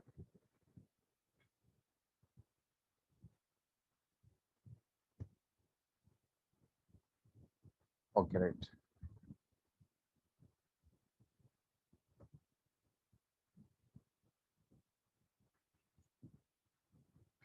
See the question. A 2000 by 200 volt 50 hertz single phase transformer has exciting current. Exciting current means no load current it is. Exciting current of 0.5 ampere and a core loss of 600 watts when HV side is energized by rated voltage and frequency. The magnetizing current is dash. See, I naught is given in the question 0.5 ampere and core loss given. Core loss means iron loss given 600 watts. 600 when HV side is energized. Energized means supply given to HV side. What is the HV side voltage here? 2000 volts. So directly that voltage itself we take supply voltage. 2000 is the supply voltage. So under no load, I'm drawing figure.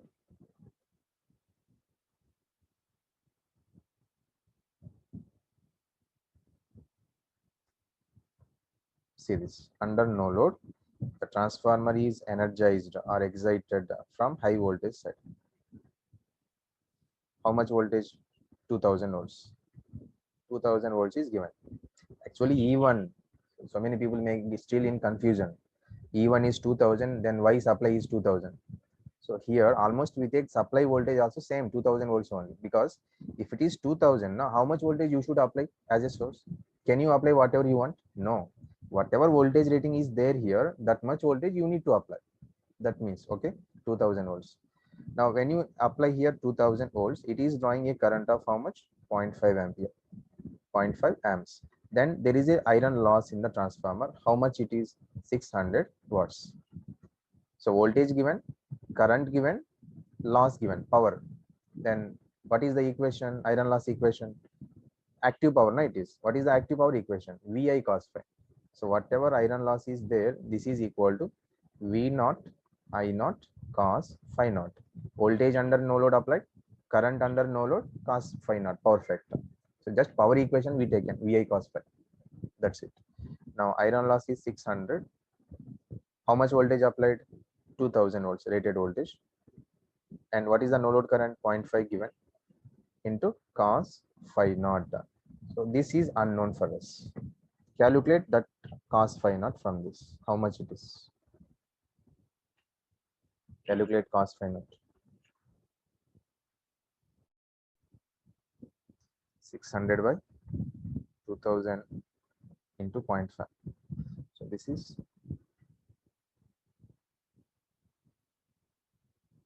0.6.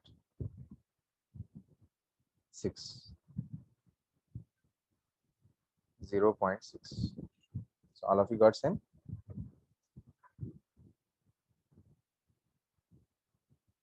Yes, now I will raise one small doubt, that is,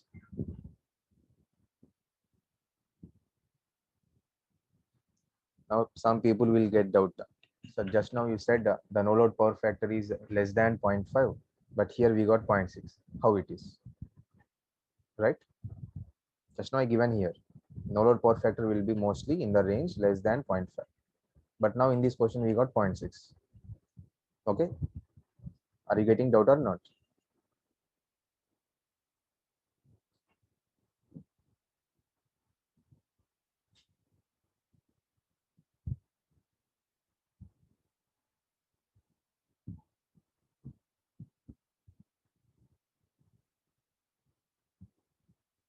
Okay. See, practically the no load power factor is less than 0.5 only. No doubt in that. But numerical wise, I can create any type of question, or you can create any type of question, or some other can create any type of question. So numerical wise, whatever you are getting, try to substitute directly and solve with respect to that data. That's it. And you should not take now 0.6 means it is wrong. I will take less than 0.5. So 0.4 I will take. So whatever numerical is given, solve accordingly. Okay. Don't think very much here. So 0.6. So once you know power factor, or angle you need to calculate, because what we need to find, magnetizing current we need to find. Magnetizing current I mu is, what is the relation? I naught sine phi naught. So sine phi naught we need required. That's why calculate phi naught from this cos inverse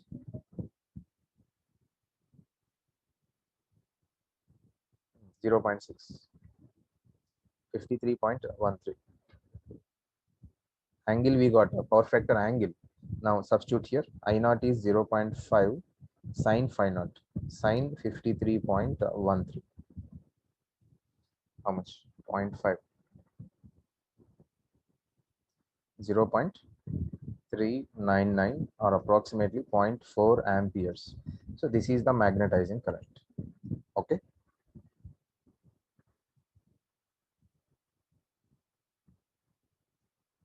No, zero point 0.5 is the no load current. So already given exciting current or no load current, both are same. Exciting current or no load current. So I mu is magnetizing current, we need to calculate. Okay.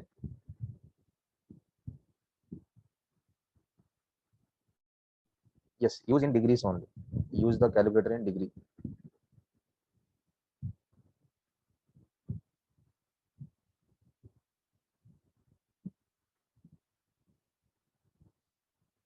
In iron loss calculation, some of you asking Wi equal to, this is due to IW, why you taken I naught. So this is V naught into IW only. IW is what? I naught cos phi naught. IW is I naught cos phi naught only, which is iron loss component of no load current. IW nothing but I naught cos phi naught. Okay.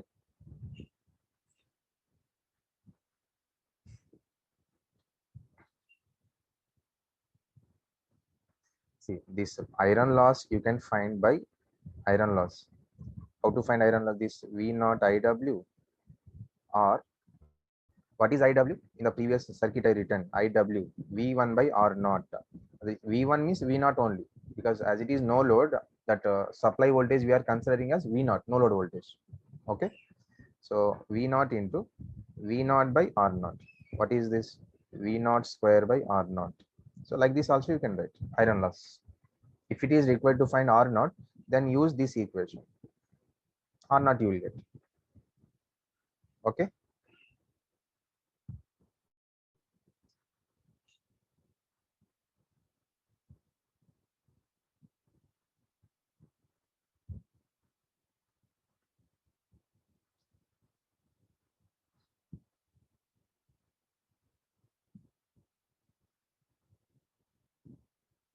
So answer is option D. This type of questions, calculation of magnetizing current, iron loss current, will be there from this one.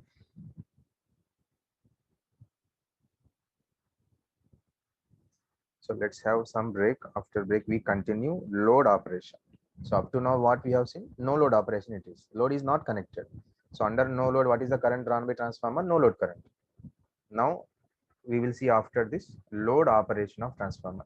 So take a break for 15 minutes, then come back and we see load operation. For load operation, again phasor diagrams will come. Okay, that is important.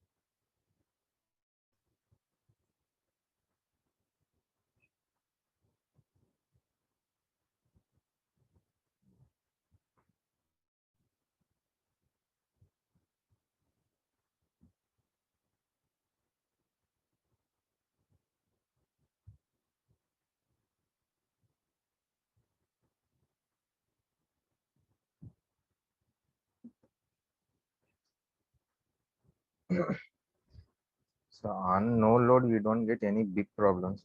So on load operation, you will get. Okay, right now. Load operation of transformer.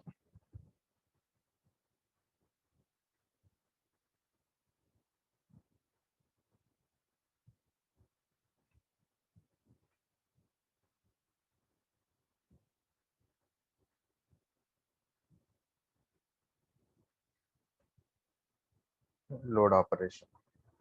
Now, whatever we have drawn up to the previous diagram, same diagram I will draw again. Same diagram.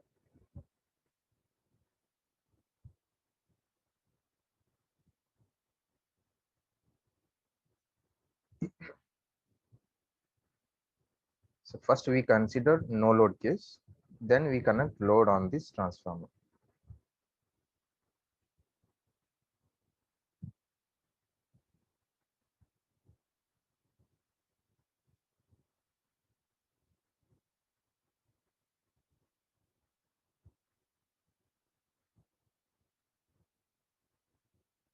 Now switch is under open condition first. Okay, open means what? No load condition it is. Load is not connected. This is our load. Load is not connected to transformer first. Now at that time, when we give a rated voltage at frequency, it is drawing a current.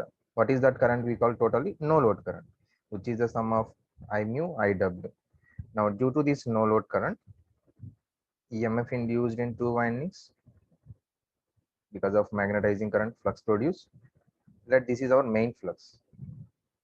Okay, this is the main flux phi. This is main flux phi under no load condition. EMF induced on both windings E1, E2. There is no current on secondary when switch is under open condition. That is no load condition still. Now let us connect a load and check what happened. Switch is closed. So once you close the switch, means load is connected. Load is connected. Some load. Let us assume some load is connected to transformer. Now whenever load is connected, there is a closure path for current. Now up to that open, no current on secondary side.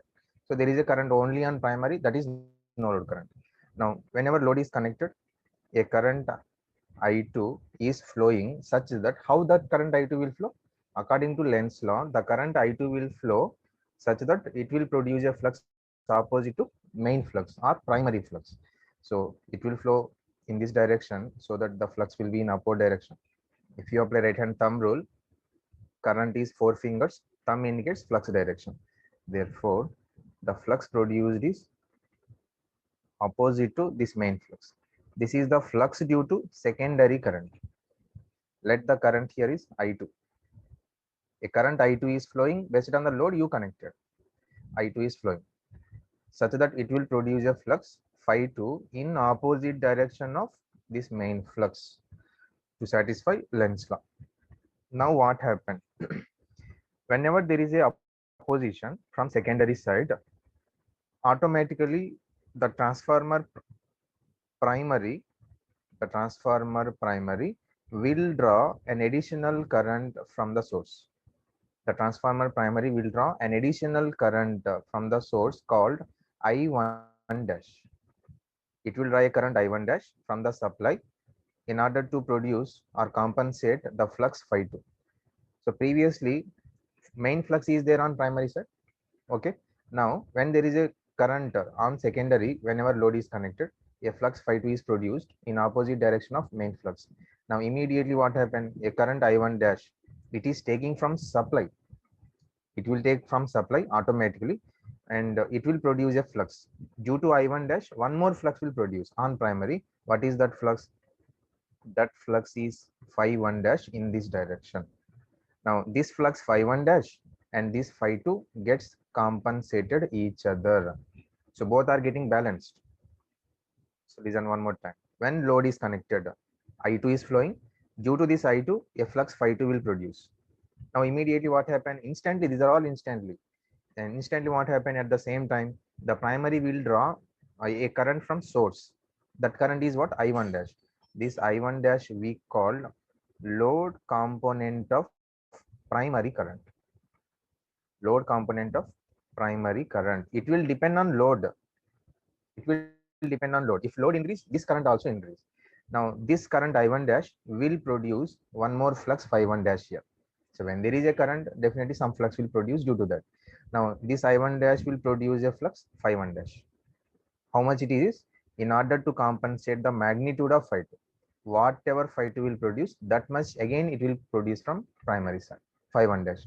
Therefore, this phi1 dash and phi2 are equal in magnitudes but opposite in direction. Now these two gets cancelled each other. Now finally, what is the resultant flux in the core even under load condition? Under no load, what is flux in the core? Phi. Phi is there. Now under load also, what is the resultant flux in the core? Phi only, because phi2 phi1 dash gets cancelled. So still it is having no load. Resultant flux and in the core is phi only. Due to this reason, the transformer we treated as a constant flux device. It is a constant flux device.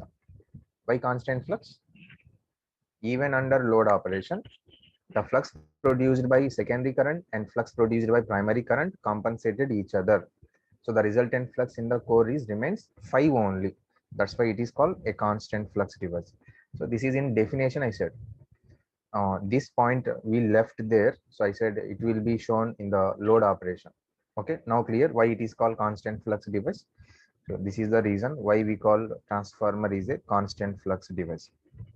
If load increase also, or if load decrease also, any case the flux in the core is remains constant. It won't change. Now, so I will tell a small reason how primary is drawing current. So for this, you should little concentrate how flux is produced automatically from primary, because some people may get doubt it is how it is coming automatically phi1 dash. How it is observe carefully. I will show with a separate diagram. So don't bring so many doubts, because if you get like so many doubts for small also, definitely you cannot understand. After listening all, definitely you will forget everything. So up to whatever is required to learn subject, that much only we have to think. But some people thinking very much. So that thinking you have to show in the practicals or in the labs, but we never show there anything, because if you show there, they will remove the marks for us, because internal marks completely with the lab people. Okay.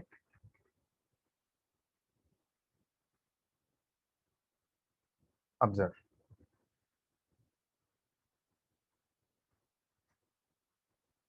First, initially under no load condition, it is drawing a current I naught. Then there is only phi in the core. There is a flux phi in the core.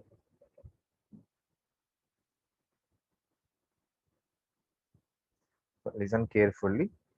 This is phi. Due to that flux phi, EMF induced on primary is E1, E2 is secondary side. Now a load is connected. This is under no load case. Now load is connected, current I2 is flowing. Now what I2 will do? I2 will flow in the winding such that it will produce a flux opposite to main flux. Now what happens to resultant flux in the core? As this phi2 opposing phi, resultant flux getting reducing, no? The flux in the core is getting reducing. So whenever flux in the core is reducing, trying to reduce, then EMF, this E1 also will reduce or not? Yes. This EMF E1 is getting reduced. Voltage is fixed here. Supply voltage is same. Let some 400 volts fixed. Previously under no load, this E1 is almost same. Let 399. Due to that, a small current I naught is there under no load condition. But once you connect load, a flux is produced. That flux is opposing main flux. So resultant flux in the core getting reduced. Now this, as flux is reduced, this E1 is also reduces to some other voltage like 390. Little EMF reduces. Once this EMF reduced, now what happens to this voltage difference? Supply voltage 400, now here 390. Now due to that voltage difference, a current will flow or not? Yes, that current is I1 dash.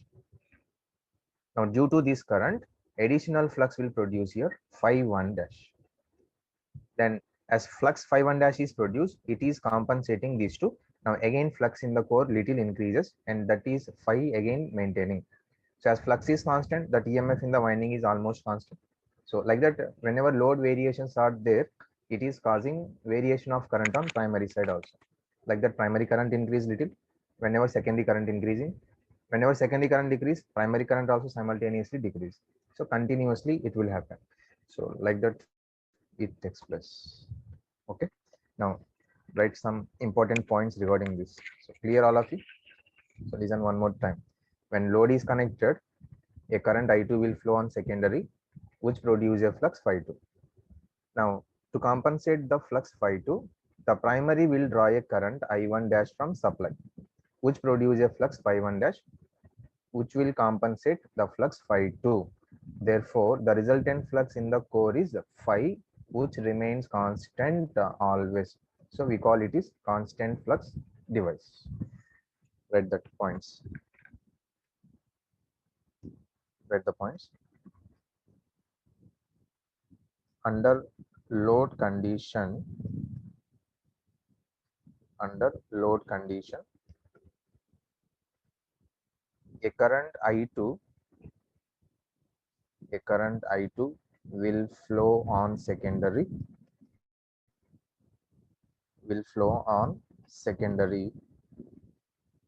which produce a flux,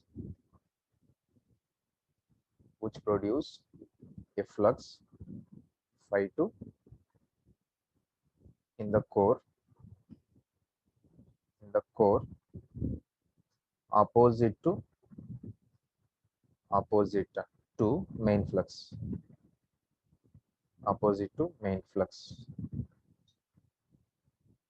okay. Hence, at the same time,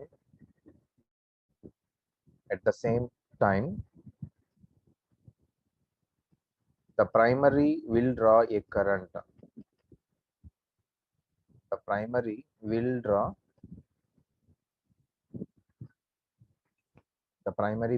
a current I1 dash,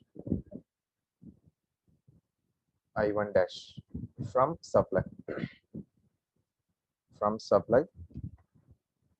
which produce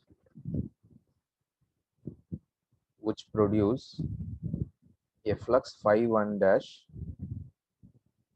to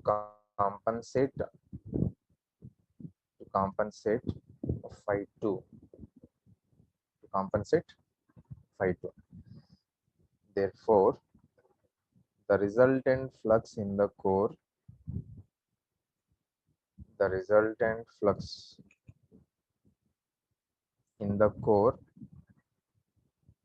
is remains constant. The resultant flux in the core is remains constant, which is phi.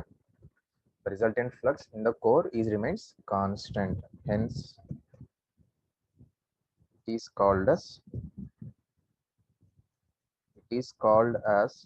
a constant flux device.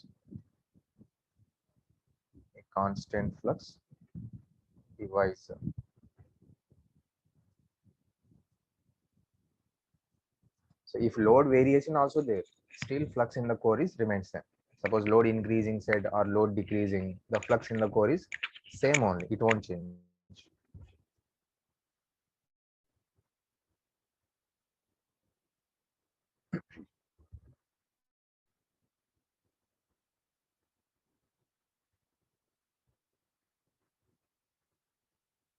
So different currents, yes, I'm coming to that point only. Now observe. Now come back to the figure. So here I indicated two different currents. Actually, two different currents will not flow. We are representing, but totally the current on this primary side we call I1. I1 only will flow under load operation. That I1 is the sum of two currents. One is no load current plus load component of primary current. Okay. Therefore, the total primary current is what? Vector addition of I0 plus I1 dash. This is the total primary current. Okay. Total primary current drawn by transformer is this much, I naught plus I1 dash. Now phi 1 dash phi 2 both are equal magnitudes. Now we are writing in terms of MMF. Phi 1 dash is due to N1 I1 dash, MMF N1 I1 dash. So MMF by reluctance I am writing just N1 I1 dash by reluctance of core, and phi 2 is due to number of turns on secondary N2. N2 I2 by reluctance. Okay. Now reluctance is same core it is throughout that. So directly N1 I1 dash, N1 I1 dash equal to N2 I2. Now if you cross multiply I1 dash by I2 equal to N2 by N1. What is N2 by N1 ratio we call? Transformation ratio. Okay. N2 by N1 we call transformation ratio K. So what is exact value of K? Previously in EMF equation we have seen E2 by E1 equal to N2 by N1. But what is K in terms of current? I1 dash by I2. So what is I1 dash? Maybe in terms of statement if they given, what is I1 dash? Load component of primary current. Based on load, this current is flowing.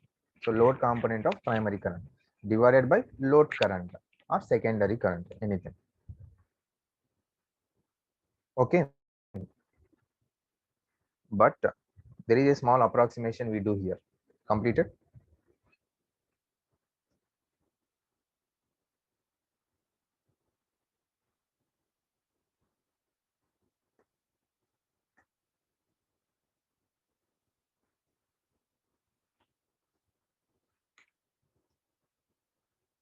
Observe.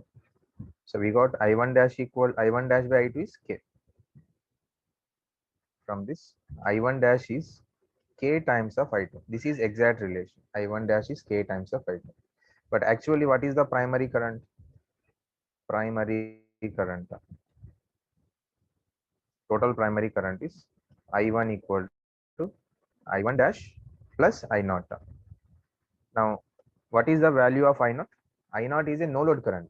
It is a very small current or not? Compared to load, load currents are very high.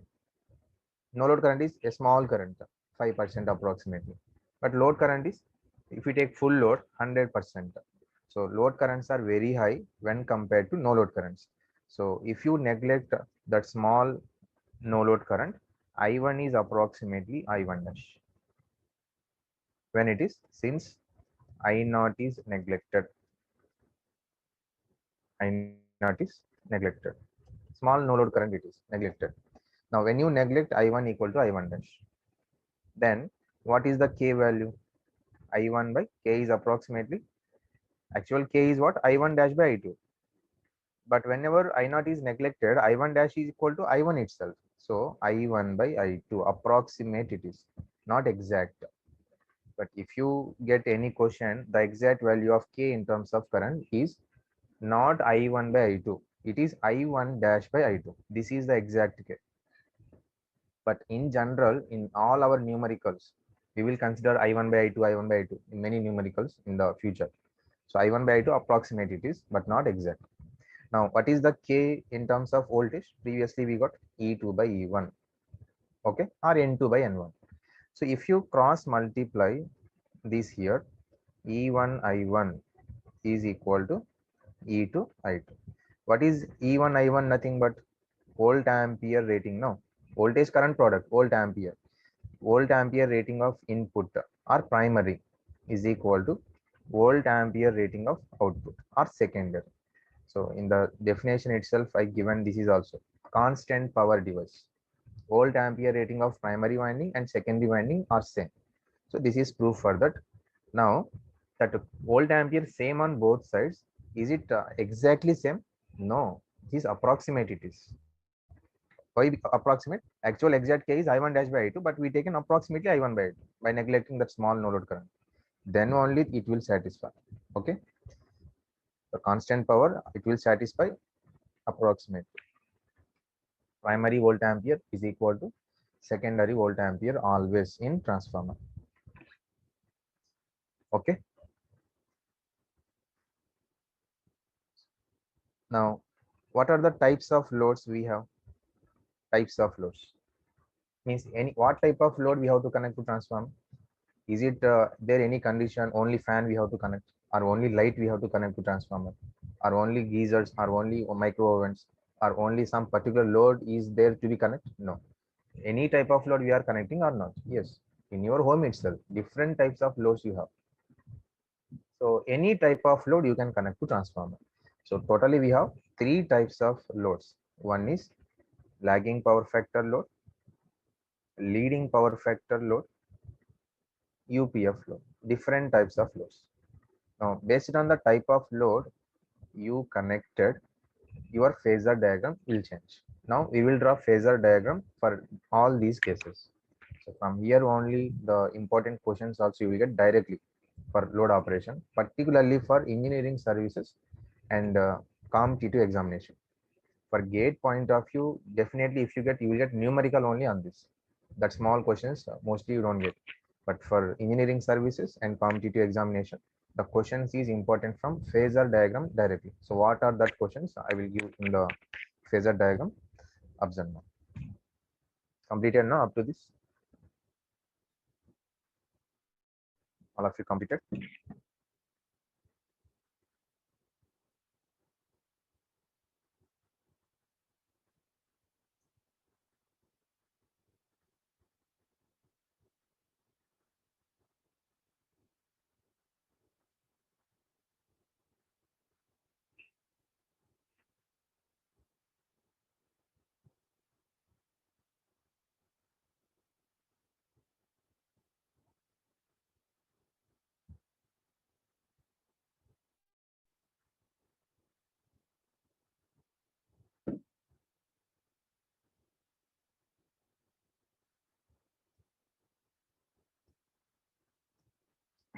Right. Phasor diagram under load operation. So these are not difficult. Already 50% diagram we have drawn. Same diagram again we draw. That is no load diagram, no load phasor diagram. Up to that same for every load. Now based on the type of load we connected, little will change. Phasor diagram under load operation.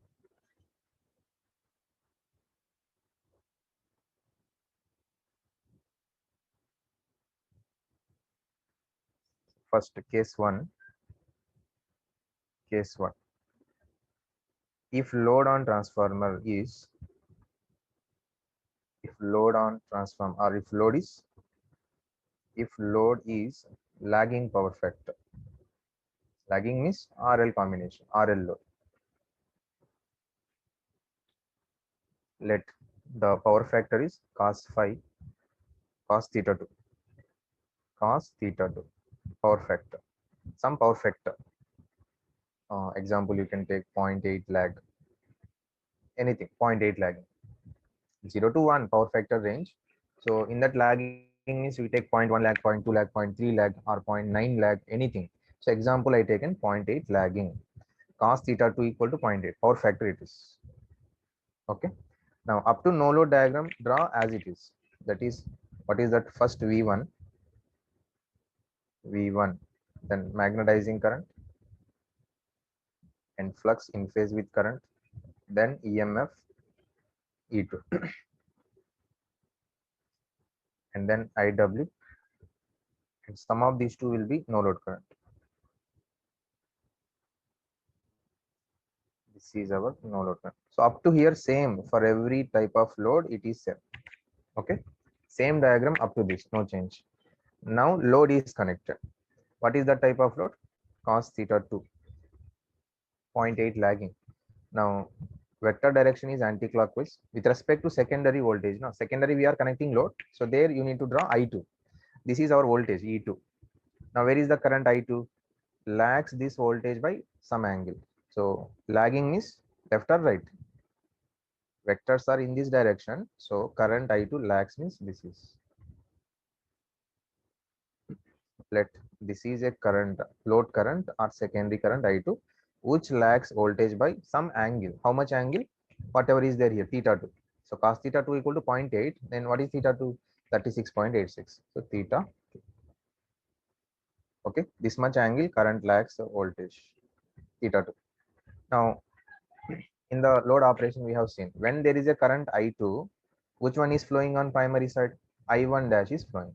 Then what is the magnitude of I2? I1 dash, just now we have seen this one. I1 dash is always K times I2. K times I2. I2 they will give in the question. So we will solve one question also on this model so that you will understand clearly again. We need I1 dash, which is K times I2. Okay, calculate I1 dash, which is K times I2. So some magnitude you will get here. Now draw that I1 dash. Where I1 dash is flowing? Primary side. Now with respect to the primary voltage, draw exactly opposite to I2. Draw exactly opposite to I2. Exact opposite. Because the flux produced by these two currents are exactly opposite. No? I2 producing phi 2, I1 dash is producing phi 1 dash, exactly in opposite direction. So the corresponding currents exactly opposite we taken I1 dash. This much magnitude K times I2, exactly opposite. And what is this angle here? Theta 2 only. Same angle, exact opposite we draw. Now primary current total. What is total primary current? Vector addition of I1 dash plus I naught. Now draw this I1 here. How to draw vector addition? From one vector, draw a line parallel to other vector. So from here, draw a line parallel to I naught. From I naught, draw a line parallel to I1 dash. Now these two will intersecting here. This is our total primary current. This is our total primary current. Okay. This angle is no load power factor angle, phi naught, and this is theta 2, and this angle is our primary power factor angle. Angle between primary voltage or input voltage, input current is primary or input power factor angle. This is load power factor angle, secondary side. And phi naught is what? No load power factor angle. So don't confuse in all this.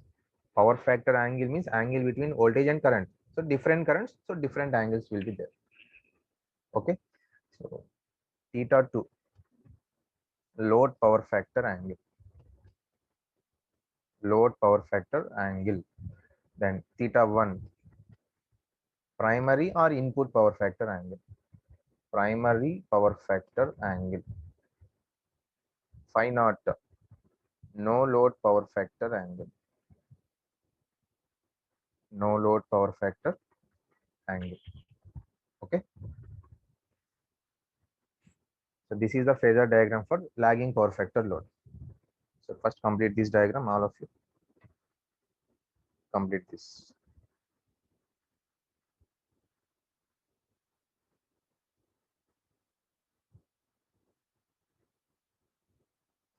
Why the transformer rating is in volt ampere and all, you will see again in next classes.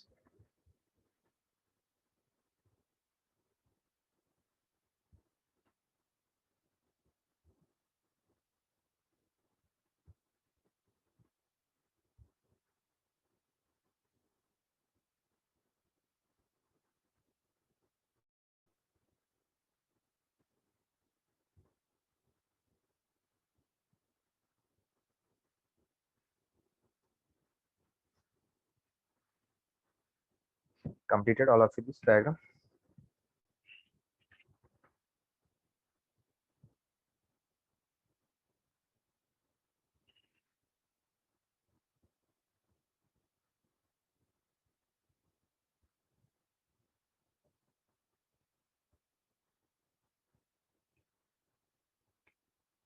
Both currents opposite. Why? I said given no already. The flux produced by these two currents will be exactly opposite direction. They are flowing in primary and secondary. So with respect to primary I1 dash, secondary I2. So exactly opposite they will come. I1 is vector addition of I1 dash and I0. So parallel lines from one other. Parallel lines are drawn and then resultant of these two lines will be I1.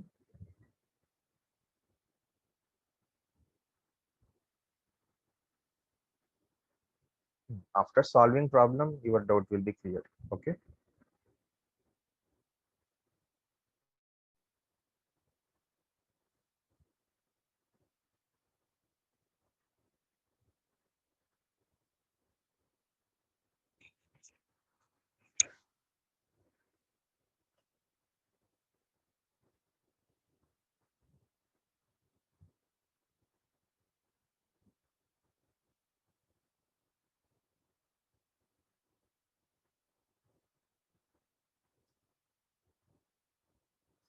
Yes, I2 lags E2. Why it is? So lagging power factor. That's why lagging it is. Why lagging is again? So already heading itself lagging power factor. Current lags voltage. If it is leading, then I2 we take here leads voltage. Now see one important question. First write the question, then we come to this point. Write the question.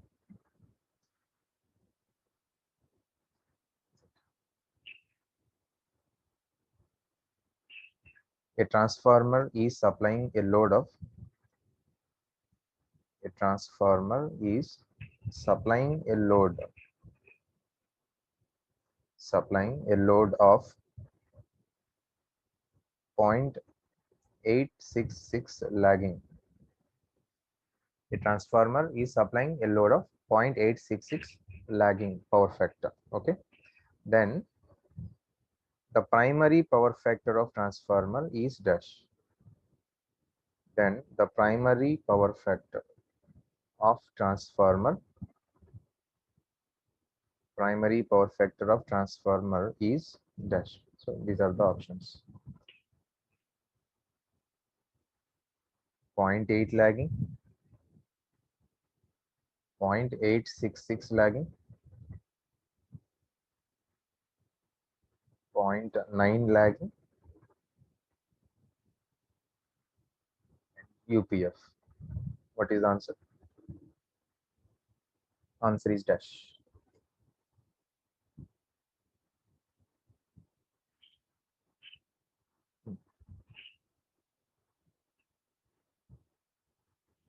Yes, right. Okay, enough. Okay, right. Answer is 0.8 lagging. So directly we can press, no need to solve. And we don't know exact values. Approximately from given data, this will be the answer. Okay, remaining all, if you observe, this is same as given power factor, and remaining 2 is greater than the given power factor. So only one is less than that, that is 0.8. So that is only the answer, because now observe the phasor diagram. Observe the phasor diagram. So from the phasor diagram, theta 1 is greater than theta 2 or not? Theta 2 means what? Load power factor angle. Theta 1 is what? Primary power factor angle. Now theta 1, observe, this is theta 1 greater than theta 2. Theta 2 is this much only. Theta 1 is greater than theta 2. Therefore, what is cos theta 1 now? Less than cos theta 2. Okay. Cosine of that angle will be small. Cos 0, 1. Cos 90, 0. So if angle is more, cosine of that angle will be small value. Power factor is less. So primary power factor is always less than secondary power factor. Remember, in a transformer for lagging power factor only it is. For case 1 lagging power factor only, the primary power factor is less than secondary power factor. So from the given options, which is less than? Only option A, 0.8. Remaining all equal and greater it is. So this is not possible. Okay, make a note.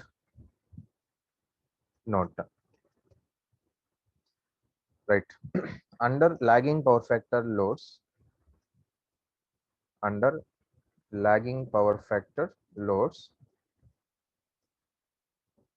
the primary power factor is always less than load power factor. Is less than load or secondary, both are same. Load power factor or secondary power factor is less than secondary power factor. Okay, so directly we are placing option A in this. Next, write one more question.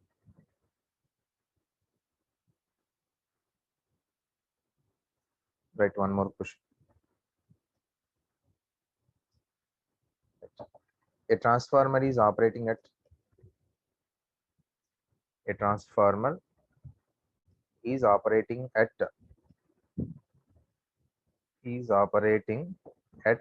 a lagging power factor,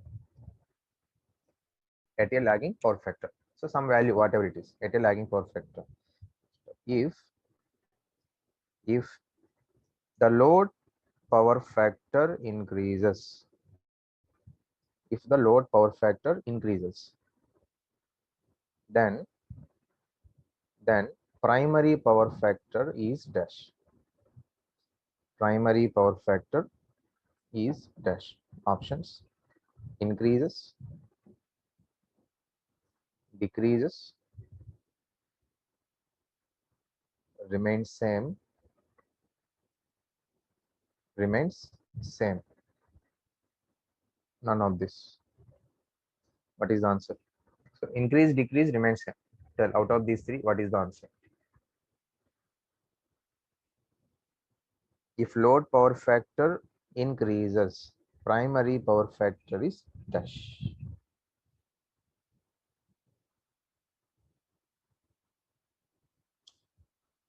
Okay, mixed answers. Okay, enough. Enough.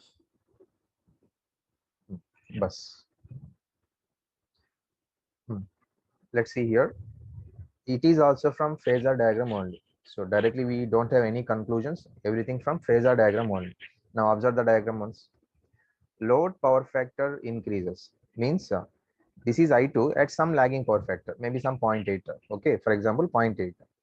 Now, if it is 0.9 lagging power factor, so what we said, load power factor increasing 0.8, 0.85, 0.9, like that. So whenever load power factor increase, the current I2 will come towards voltage. No, I2 will come towards voltage. Then only power factor is increasing. Okay, angle decreases, power factor increases. If I2 is coming in this direction, I1 dash also will move in this direction. I1 dash exactly opposite. No, it will move in this direction. Then I1 also will come little in this direction. I1 also will shift towards this. However, I1 dash is shifting, I1 also will shift towards this. Then if I1 is coming towards voltage V1, then what is the angle theta 1? This is V1. This is I1. Now I1 is coming towards voltage. Now angle is decreasing here. Then what is the power factor? Increases. So if load power factor increase, primary power factor also increase. Answer is increases. Okay, clear all of you this? If load power factor increase, primary power factor also increases.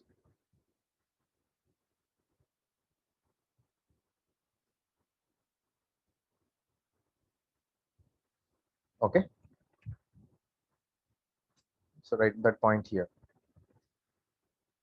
This is for lagging only. This is for lagging only. So you should take care of these questions, whether they given lagging power factor or leading or UPF, where it is. Okay, this is for lagging only. Write that under lagging power factor. Under lagging power factor, if load power factor increases, then primary power factor also increases.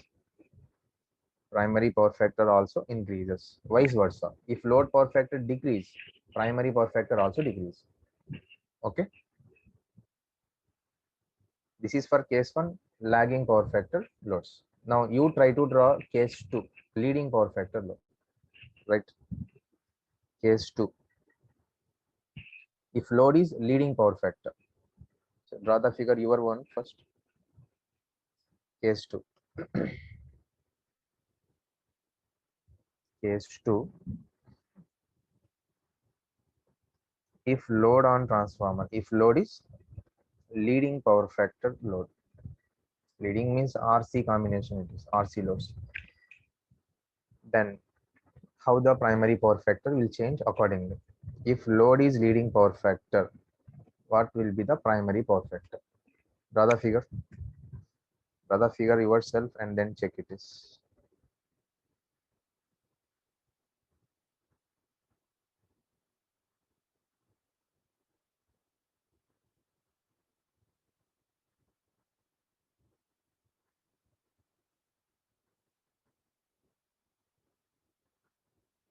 In the last question, Pandey, what is confusion?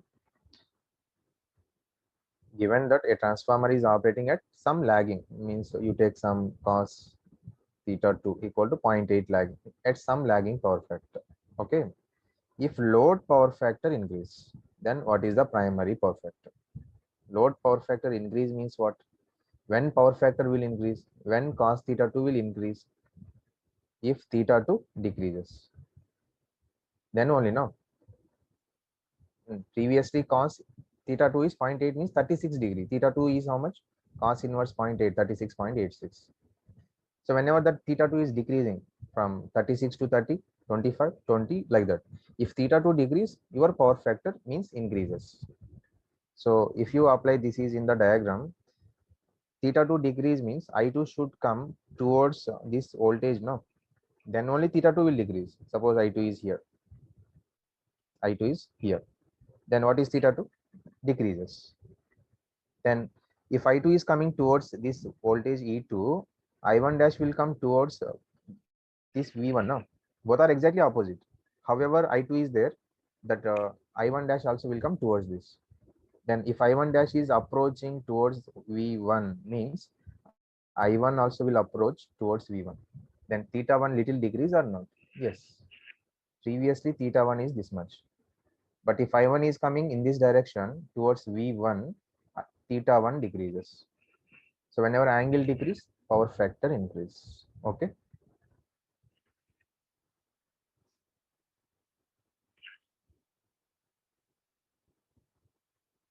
Now clear, Pandey?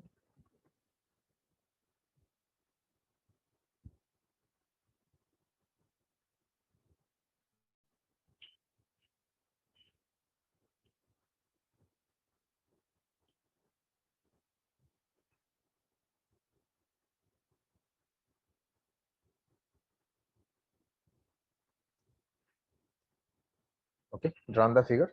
Check it is yourself. Up to no load diagram, same. Every time draw the same no load phasor diagram. V1. This is I mu. Flux. Secondary voltage E2. IW. The sum of these two we call no load current.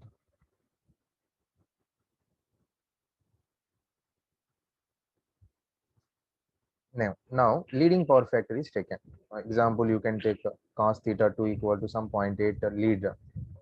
0.8 leading. Now what happens to current? Current leads the voltage here in the vectorial direction, anti-clockwise direction. Now this is the current I2. This is the current I2. Leads the voltage by some angle theta 2, power factor angle. Now when there is I2, I1 dash is flowing. So draw exactly opposite. This is I1 dash. How to find I1 dash magnitude? K times I2. We have the equation. I1 dash is K times I2. Okay, exactly opposite. Now total current is I1 sum of I1 dash plus I0. How to draw resultant? From one vector, draw a line parallel to other vector. Then the intersecting point is resultant. So drawing parallel to I0. And from here, draw a line parallel to I1 dash. Now the intersecting point of these two will give I1. This is I1. Okay. Now the angle between V1 I1 will give primary power factor angle theta 1. So here this I1 is lagging or leading, that depends on these magnitudes. So we cannot say directly always it lags.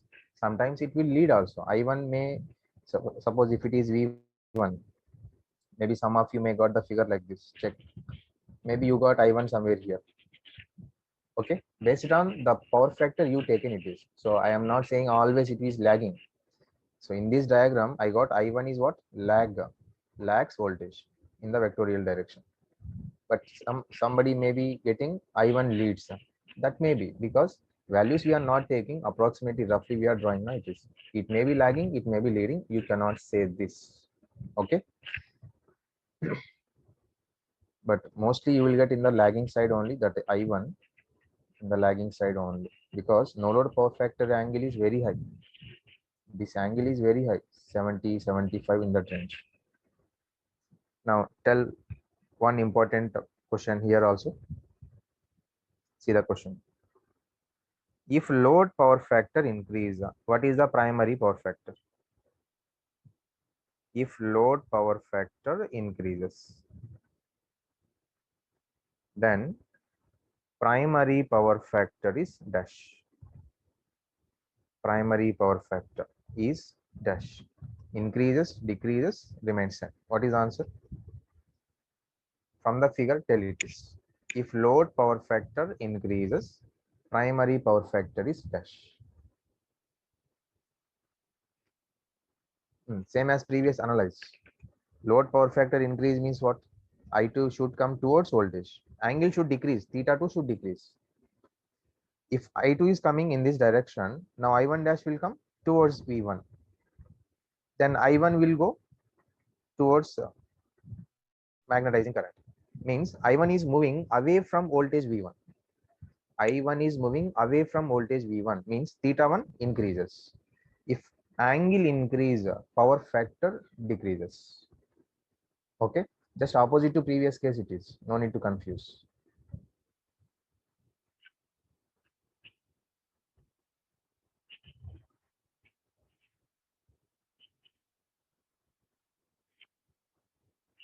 Okay, yes, decreases, right? If load power factor increase, primary power factor is decreases. Primary power factor decreases. So that you can observe directly from diagram. Load power factor increase means I2 shifting in this direction. Then I1 dash will come towards V1. Then I1 will go away from V1. Angle theta 1 increase, power factor decrease. Okay. Opposite to lagging it is. Lagging case what happened? If load power factor increase, primary power factor also increase. But here it is opposite. Next, case 3. Case 3. So draw yourself. This is also case 3. If load is UPF, purely resistive load, draw the figure. If load is UPF, draw the figure.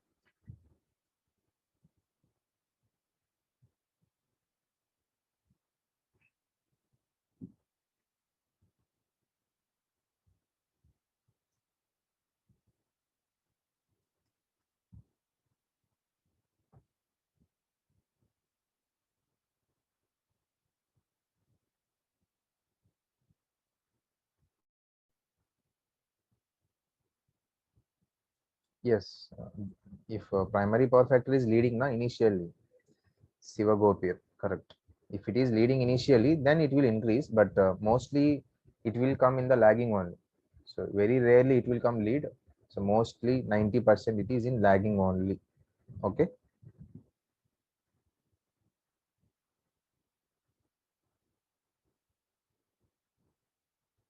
Yes, yes. So here primary power factor mostly lagging only will come. Lagging only mostly will come. That's why according to that I given this point. If load power factor increases, primary power factor decreases. Okay.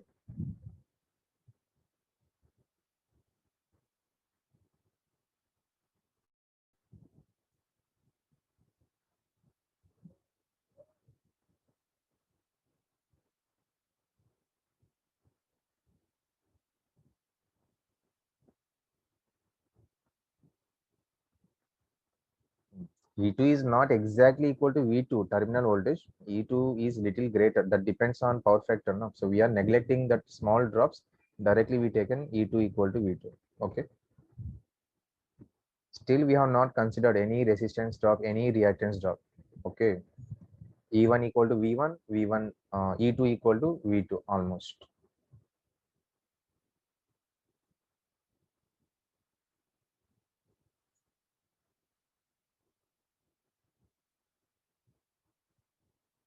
So have it drawn for UPF case.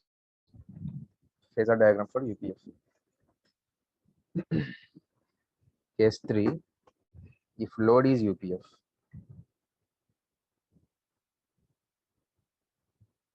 If load is UPF load. UPF load means what? Purely resistive load or load it is. Now draw the figure for this.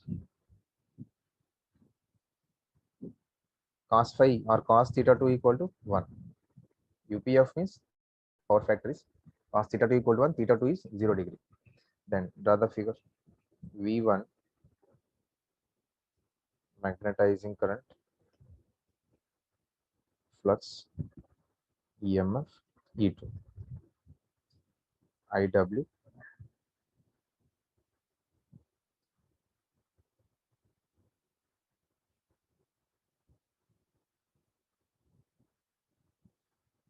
next load is connected. Load is UPF. So current UPF means secondary current in phase with voltage. So I2 is in phase with voltage. I2. Then I1 dash will flow exactly opposite. Exactly opposite I1 dash. Then vector addition of I1 dash and I0 is primary current. Now draw a line parallel to I0 from here and draw a line parallel to I1 dash from here. The intersecting point is I1. Okay, I1. This is theta 1. So even the transformer is supplying UPF load. What will be the primary power factor of the transformer? Is it UPF? No. Still it is under lagging power factor only. Observe, current I1 lags V1 here. Primary is still under lagging power factor only. Current or primary power factor is lagging power factor. Even the load is UPF. Okay. So if the question you will get like this, a transformer supplying UPF load, the primary power factor is dash. 0.8 lagging, 0.8 leading, UPF. What is the answer? 0.8 lagging, because lagging only the answer. Okay. So right, make a note. Note. Under UPF load,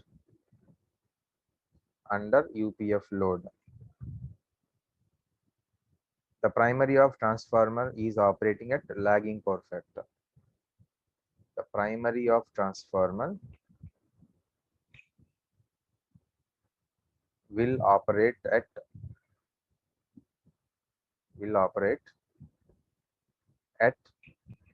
lagging power factor.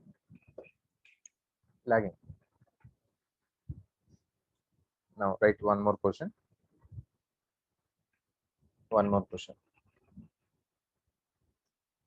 Write the question. A transformer supplying a purely resistive load. A transformer is supplying purely resistive load.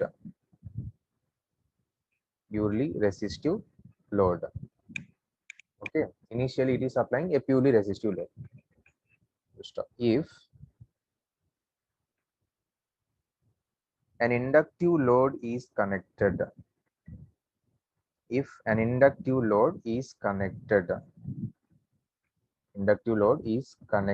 additionally,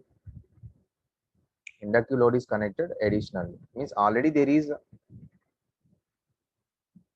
resistive load, so additionally some more inductive load is connected, RL load. Inductive load is connected, or only inductive load, purely inductive load is connected additionally, then primary power factor is dash. Primary power factor is dash. Options: increases, decreases, remains same. None of this. Tell, out of these three, increase, decrease, remains same. What is the answer?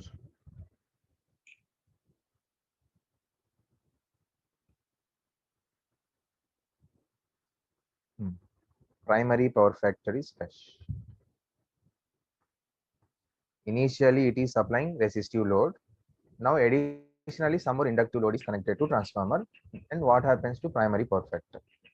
Okay, enough. Answer is decrease, right? Enough. Bus. Answer is what? Decreases. Because observe the diagram now. Initially UPF load, current I2 in phase. But when you connect additionally inductive load, then what is overall load power factor? Definitely lagging. There is a R load initially to the transformer. Additionally, some inductive load, that may be RL load or only inductive load, anything some connected. Now, what is overall power factor of load? Definitely it is lagging, no? It will be lagging. Now the overall load power factor will be lagging power factor. Lagging means how this current I2 will shift. Lag means towards left. This is I2. Now current I2 will come towards this because lagging, current I2 lags this voltage. Now if I2 is coming in this direction, I1 dash also will come in this direction. Now I1 will move in this direction.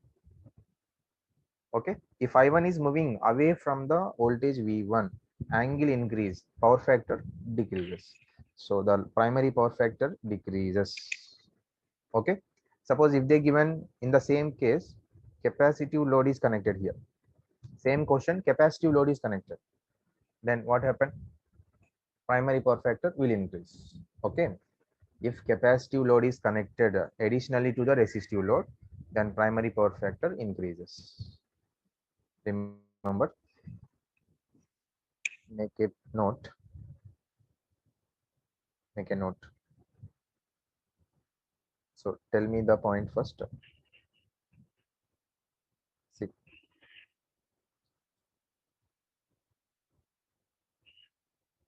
I'm giving question, not writing. Just listen and tell the answer. A transformer is supplying UPF load. A transformer is supplying UPF load. Full stop. Question one more time. An ideal transformer supplying UPF load. An ideal transformer supplying UPF load. What is the primary power factor? The primary power factor of transformer is dash. UPF lagging, leading. An ideal transformer supplying UPF load. Then what is the primary power factor? UPF lagging, leading. What is the answer?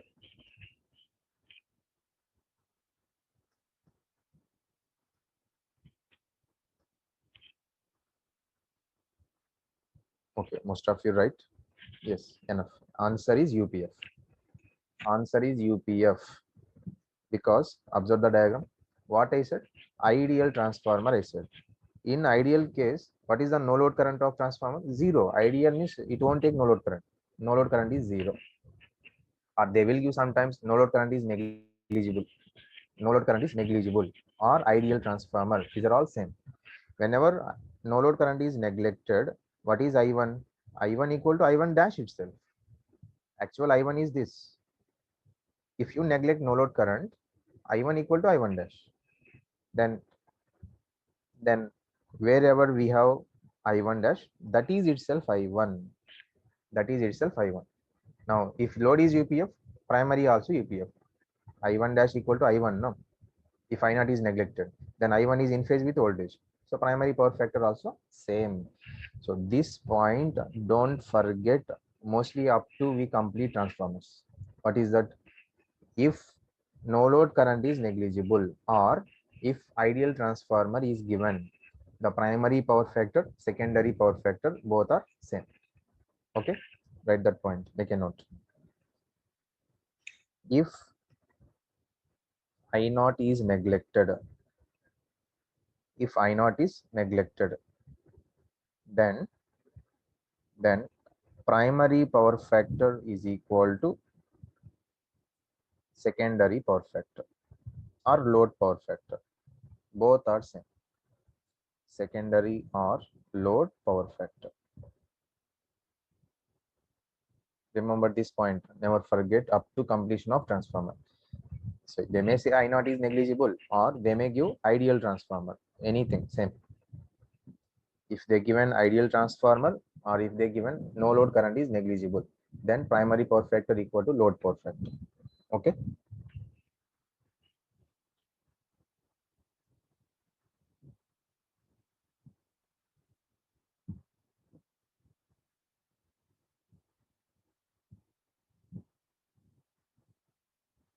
Anonymous attendee, how means just now I given no proof. Means at that time maybe you are not listening. Just now I given why it is same. In the phasor diagram I explained.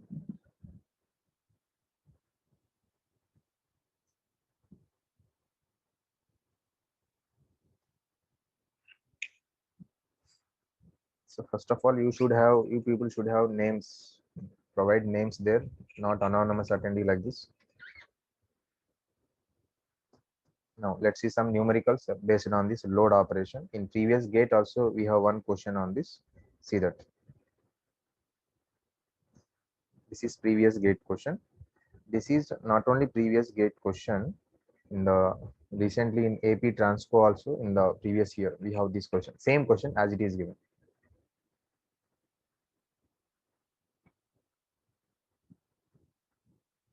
Read the question first.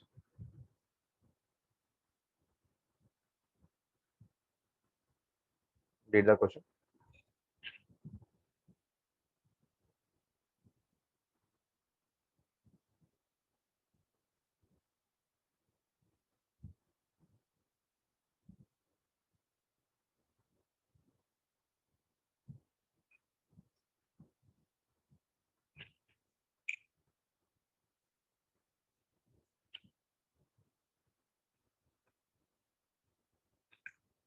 A single phase transformer has turns ratio of 1:2.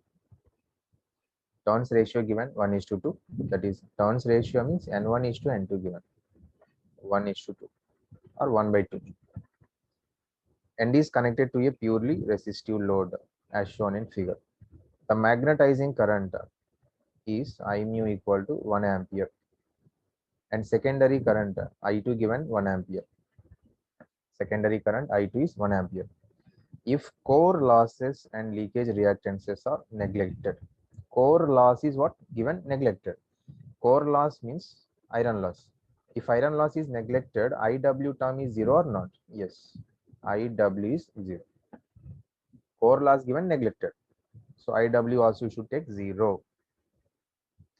IW is 0. Then the primary current of transformer is dash. So I1 we need to calculate. Which case it is? Resistive load case. Resistive load. So for resistive load, draw the phasor diagram first. From phasor diagram only we can find easily this.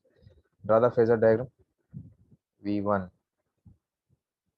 See, whenever IW is 0, what is the no load current now? Actual no load current is what? I0 equal to I mu plus IW. But IW is 0 because iron loss is neglected. So I0 is equal to I mu itself. No load current is I mu itself.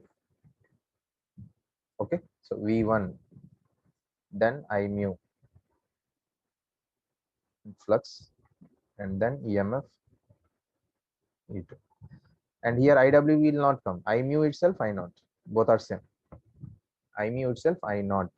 Then what is the load connected? Resistive load. So as it is resistive load, what is the magnitude of that current given? Load current I2 equal to 1 ampere is given. So current I2 in phase with voltage. This is 1 ampere. Okay. Now I1 dash will flow on primary side. I1 dash. What is I1 dash? K times of I2. What is the K? K. N1 is 2, N2 is there. K means N2 by N1. So what is N2 by N1? N2 by N1 is 2 by 1. 2. That is itself K. K value is there.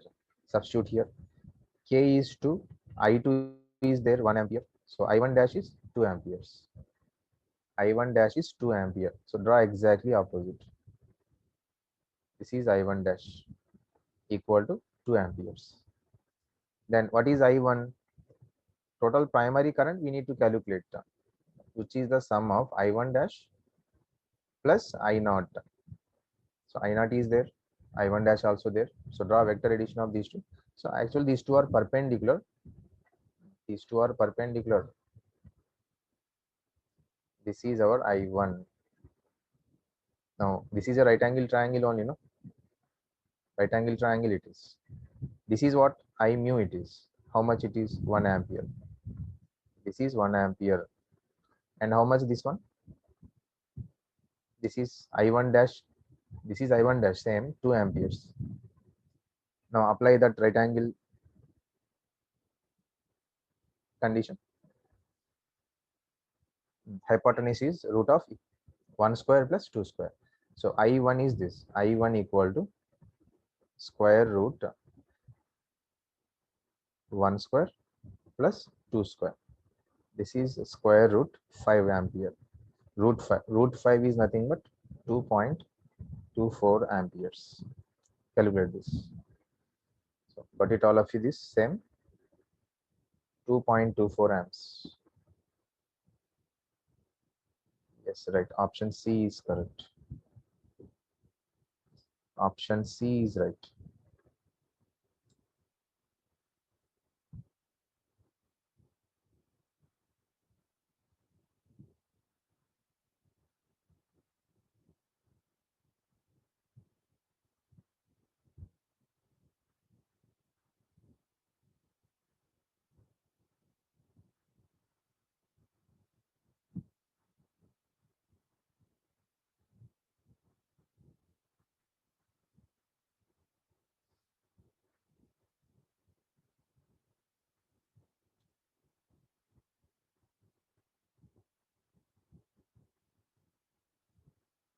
Not 2 plus 1 because these are vector addition, no, not directly 2 plus 1.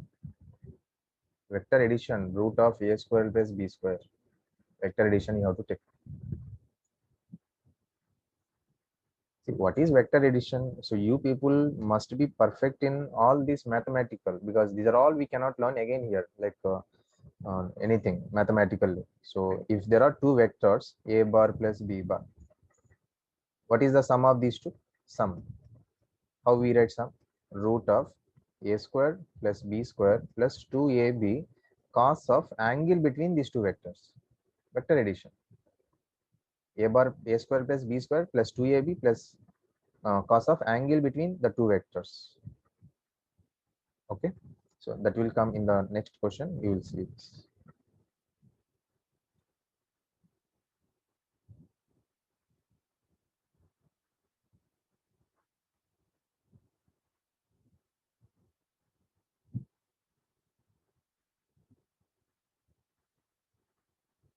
So here also same formula, root of a square plus b square plus 2ab cos angle. What is angle between these two? 90, no, it is. Cos 90 how much? 0. Directly right angle triangle. No need to take directly root a square plus b square. So you should be well in the mathematical calculations.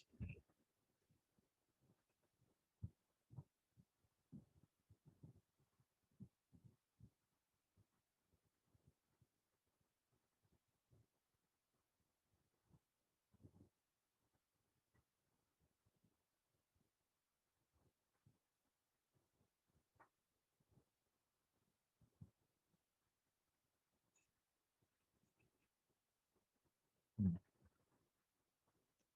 19.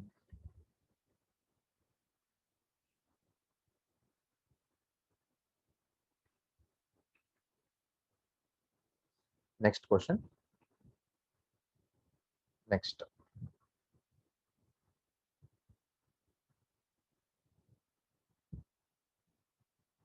See this question. Read the question. Read the question.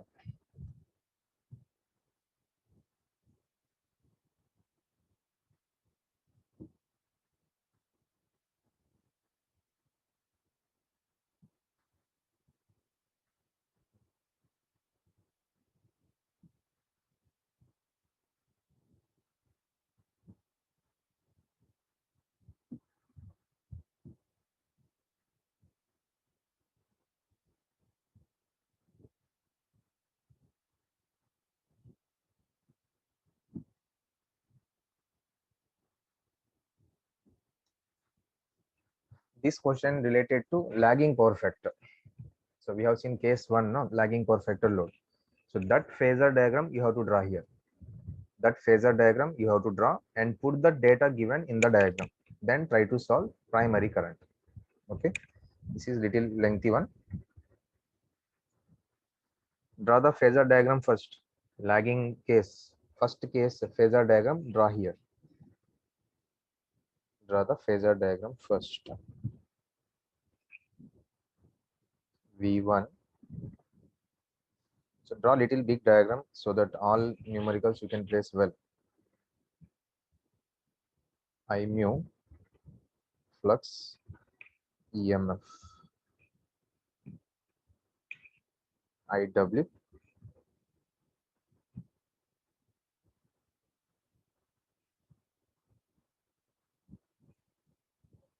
no load current. Now it is lagging case, so current I2 lags the secondary voltage by some angle theta 2. Now I1 dash will flow from primary side, I1 dash. Now vector addition of these two we call primary current totally, I1 dash plus I naught. Now, vector addition.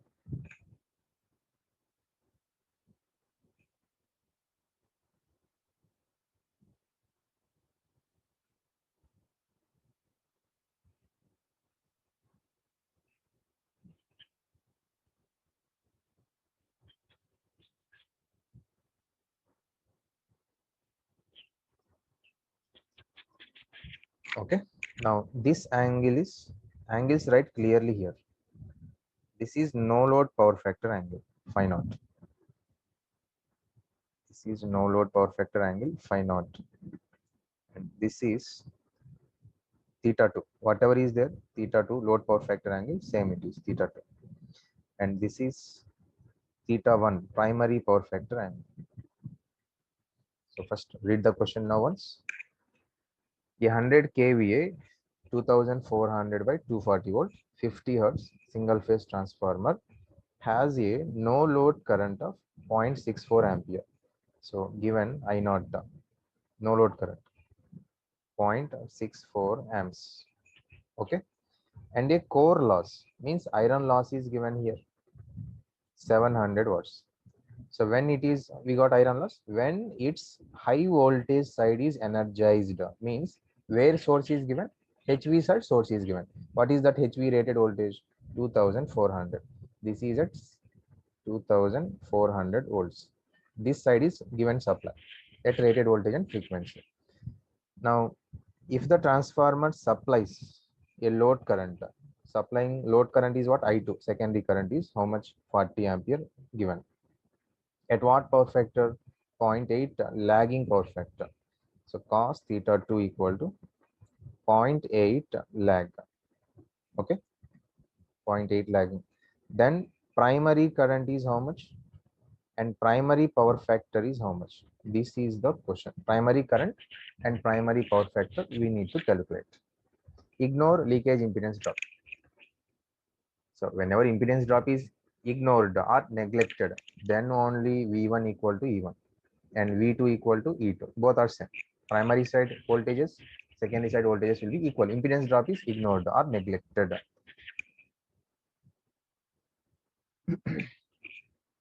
Okay. First from this, we need to find using this iron loss data, no load power factor angle first. No load power factor angle required for us. So previously also we did one question, iron loss we equated and their power factor we calculated now. Therefore iron loss Wi equal to what is the voltage applied? V1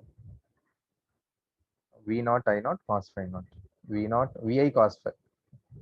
Okay, Vi cos phi. Under no load, the power consumed by transformer is equal to losses. Remember, so these are all will come again in OC test, but for right now we should remember this point. What is that? Under no load condition, whatever transformer is drawing power, that is equal to loss. Why?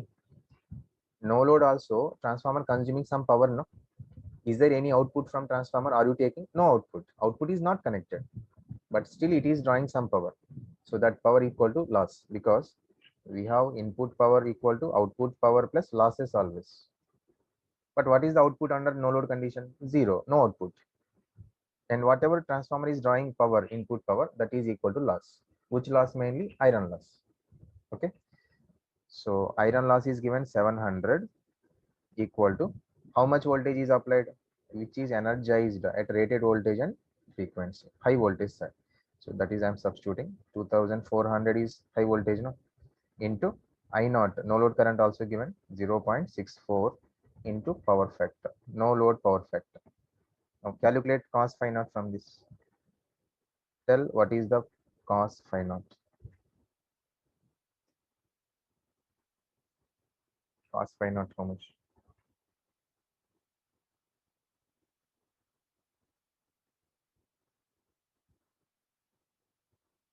0.45, right? 0.45, okay. 0.45. Then what is angle? Calculate power factor angle. Cos inverse of 0.5. Cos inverse 0.45. Then angle how much? Angle.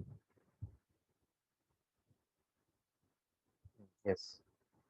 62.8. Yes, right. 62.8 degrees. This is our no load power factor angle. So put all the data here. This is 62.8 degrees. Okay. Theta 2 how much? Load power factor given, no, 0.8 lagging. Then what is theta 2? From here, theta 2 you get. Cos inverse 0.8, 36.86. So this is 36.86. Okay. Now see here. Phi naught is there 62.8. Theta 2 also we have. How much? 36.8. Then what is this angle? Angle between I1 dash and I naught. Angle between I1 dash I naught. How much this angle? 62.8 minus 36.86. Okay, angle difference. Clear all of you from diagram. Phi naught we have 62.8. Theta 2 we have 36.86 load power factor. Then angle between I1 dash I naught you get. Because I1 is what? Vector addition. Just now I given formula. I1 dash square plus I naught square plus 2 I naught I1 dash cos of angle between these two. How much it is? 62.8 minus 36.8.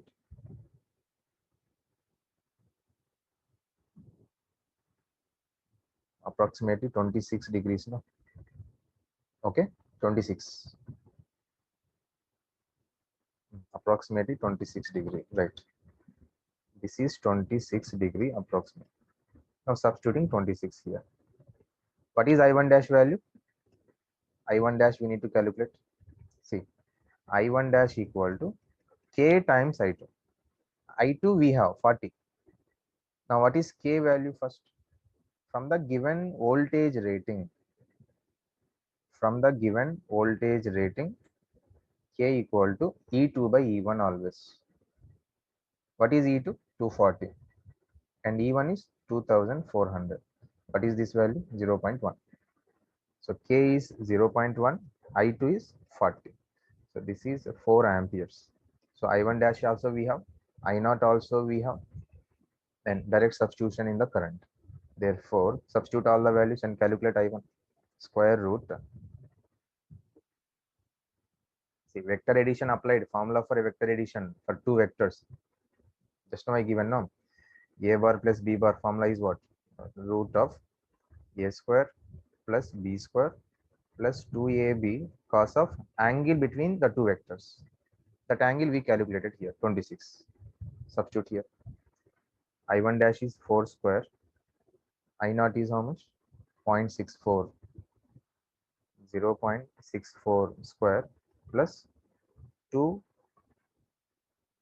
I0 0.64 I1 dash 4 cos of angle between these two is 26. Calculate I1 how much? I1.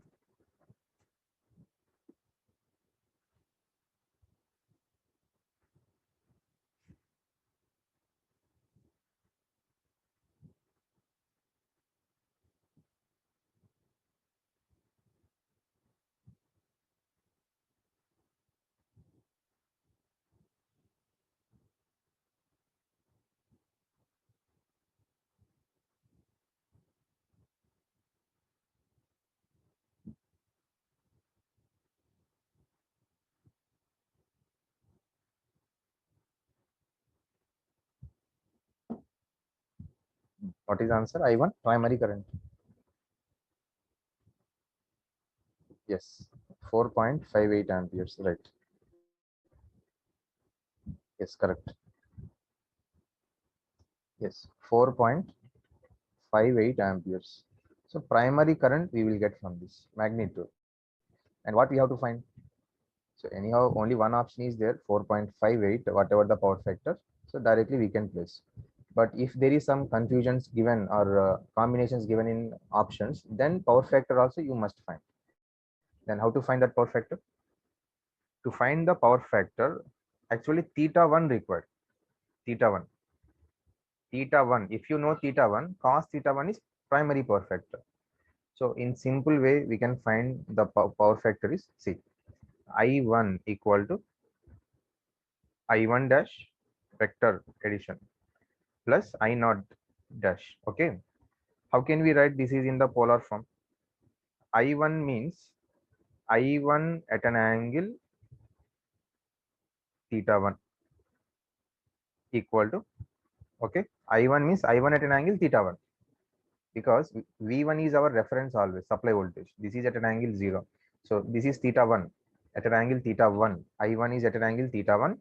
I1 dash means I1 dash at an angle. What is the angle for this? Theta 2.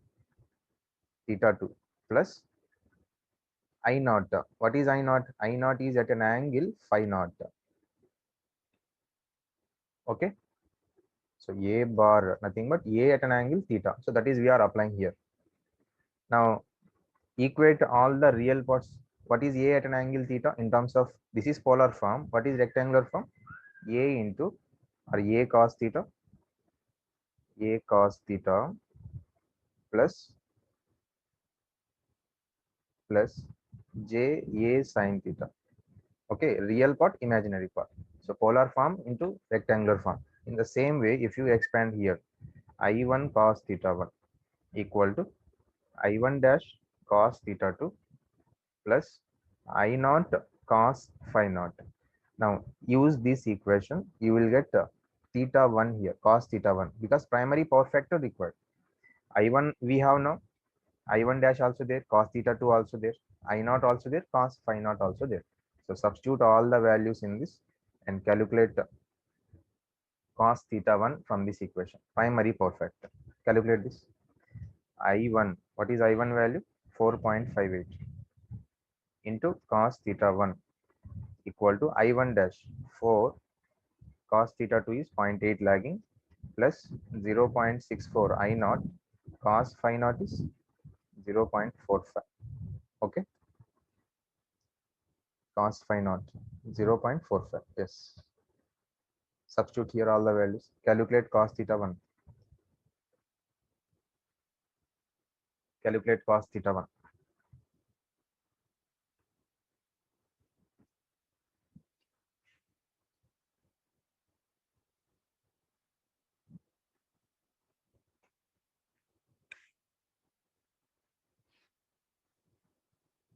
What is answer?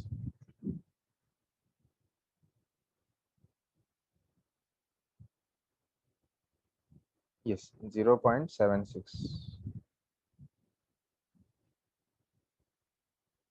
Yes, right. 0.76. 0.76.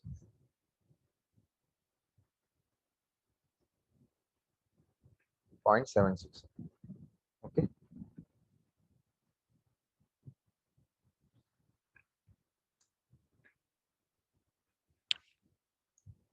So as much as possible, everyone try to solve every question during the class itself, because I know guarantee that after completion of this, you never open the book, you never practice the questions. Keep assume that this is itself your practice session. Practicing everything, learning, practicing everything is here itself. And you don't get that much time also after completion of total syllabus to practice. But don't take directly here. Maybe it is difficult. Listening continuously 2 hours or 3 or 4 hours means very difficult. I know that. But still try to practice during the class itself. Don't take directly. Take the calculator. In your mobile itself, we have virtual calculators now. So take it and everyone try to solve. then only you will get some confidence on your calculation, because most of the students will prepare very well, but they don't practice properly. And once they attend examination, no, definitely during examination, the calculation mistakes are very, very high. Even they know very well about concept, calculations are not perfect. So they are losing marks. So practice here itself. So surely we will solve nearly 200 questions in transformers, no doubt. Up to total completion of syllabus, nearly 200 questions we will solve. So these questions are enough for your practicing also. So practice during class. Don't blindly take. Okay. And mathematically, you should be perfect in all calculations, all formulas, because we cannot give all the formulas and mathematical equations. Now here again, you should be know very well about this. So this type of questions important from load operation of transformer, maybe lagging load, leading load, whatever they given. This is the procedure to calculate primary current and power factor. Okay. Now observe here, load power factor, how much given in the question? 0.8. And how much you got primary power factor? Less than that you got. How much that is? 0.76. So for lagging power factors, always the primary power factor is less than load power factor. So if you know some concept, suppose they given options now here, like this they given, for example, options they given like this: 4.58 ampere, 0.76 lagging, 4.52 ampere, suppose 4.58 only, 0.8 lagging, 4.58 amperes, 0.86 lagging, 4.58 amperes, zero point 0.9 lagging. Then what will be your answer? If you know now, you no need to find power factor here again. 4.58 you got, current is right, okay. But power factor to find, directly you can put option A, no need to find. Why? Given load power factor 0.8. Then what is the primary power factor? Definitely less than that. Only one option is that 0.76. So remaining all greater than that. So like that concept, if you know well, for some of the questions, by observing options, you can put the answer. No need to take so much time. Calculation time will reduce here. Otherwise, if you don't know that point, you need to calculate for power factor also. It may take again 15-20 seconds. Okay. Okay. Anyhow, in the next class only we start the next property. What is the third ideal property? Third ideal property. Resistance of winding 0, but practically not possible. So in the next class we will take that operation of transformer with the resistance. Okay. So today we stop here.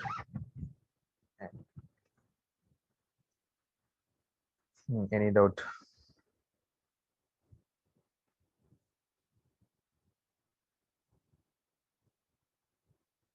Yes, Naresh Nayak. Sir, Hmm. gross area, net area. In question, how do you know whether they give gross area, net area? If they given that circumscribing circle means it is what total area, no? Yes, sir. It is covering total core. Means whatever you calculated, that is gross only here. Oh. Suppose in the question, if they did not given stacking factor, Hmm. then you cannot find AN, no? Then you Yeah. have to consider this is itself AN if there is no chance. Okay. Okay. Okay, sir.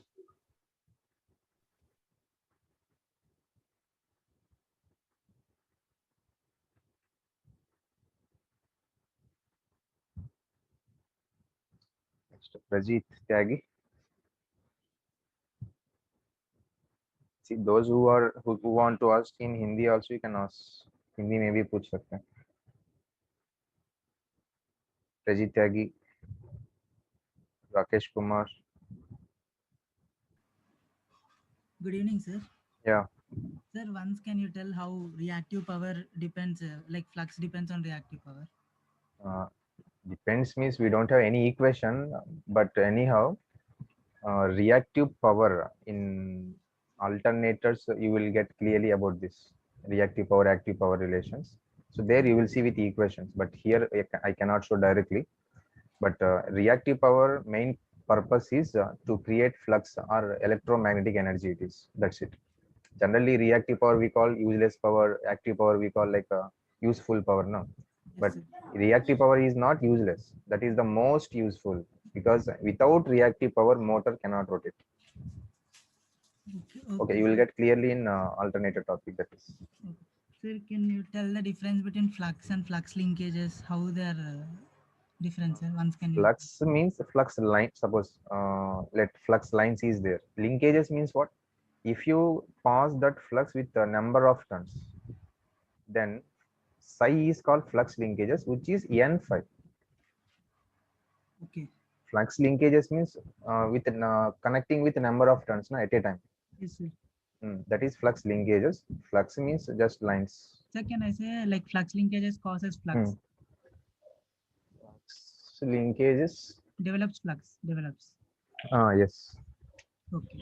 Sir, and one more doubt, sir. Like if we consider the EMF equation of synchronous machines, alternator, so there we get like a rotation in the rotation causes there what we call flux linkages changes with rotation, no, sir, Yes. in synchronous machine. So my Yes. doubt is like, sir, can you once write the what I'm telling, sir? EMF is equals to minus d psi by dt, no, sir, there. In Minus synchronous machine. n d phi by d psi by dt means what? Again, we will write there minus psi is n phi, n is taken outside, d phi by dt only. Ultimately, Faraday's law only will come. That is n d phi by dt. Yes, sir, and d phi by dt, no, sir, like flux here, sir, there we differentiated, no, sir, minus d phi by dt, psi we wrote as n cos omega t, no, sir, in synchronous machines, we'll write. Because their pole flux will change. Flux we will produce at the poles with chamfering, no, cosine. Variation of flux will be there with the pole Between shoe poles. shape. Yes, sir. Yes, yes. Sir, once what I'm telling once you write, no, sir, minus d psi by dt is equals to, there we write n cos omega t, like n, Minus minus n d, no, sir, minus in place of psi you write n cos omega t, sir. minus d by dt of n cos omega t. Yes, sir. Uh, If we use UV rule, we'll get like omega n phi sin omega t minus omega n phi sin omega t. minus Uh, n cos omega. Same, almost same equation you will get again. Transformer equation only. No, sir. It's sir, in a synchronous machine we consider this first time as dynamically induced EMF. So there we Yes. neglect the second term, no, sir. Yes. So here in transformers, like second term, if you consider sir, once you write second term, sir, what I'm telling now, Tell me. minus n cos omega d phi by dt. Okay. So here we need to consider this term, no, sir, in transformers. Not like this, because totally in synchronous machine, whatever the flux is produced, no, actually that is DC, but we are making it is like alternating just by manufacturing pole shape, that is. But here, what is the flux you are producing directly? That is alternating, no, by giving alternating supply.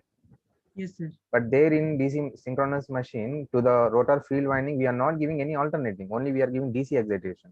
But Yes. how the flux is coming alternating there? By using shape of pole shoe, no, that is MMF distribution. Okay. Okay, sir. Okay, don't confuse this one. Yes, sir. Got it. Thank you. Okay. No.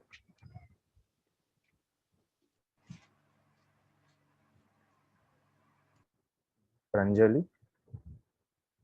Hello, sir. Tell me. Sir, if transformer is supplying purely resistive load first, then primary will be lagging power factor.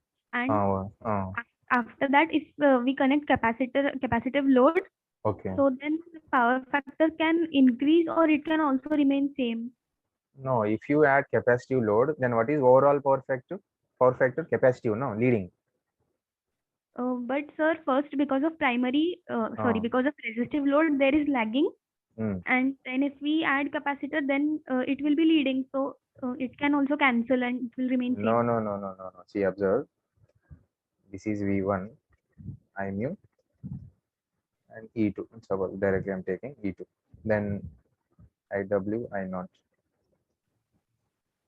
Whenever previously UPF, I2 is here, I1 dash is here, then I1 will be here.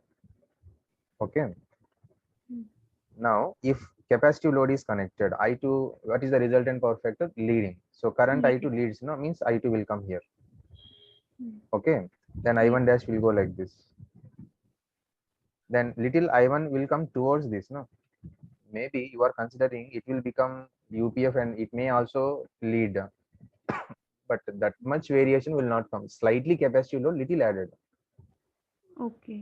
Okay, sir. Not very much capacitor. Suppose little capacitive load added, then definitely power factor increase here. Okay, sir. Okay, if you like that, whatever you are saying, to say like that, we need exact value. Yes, sir. Approximately power factor increases just by adding little capacitive load. Okay, okay, sir. Thank you. Okay.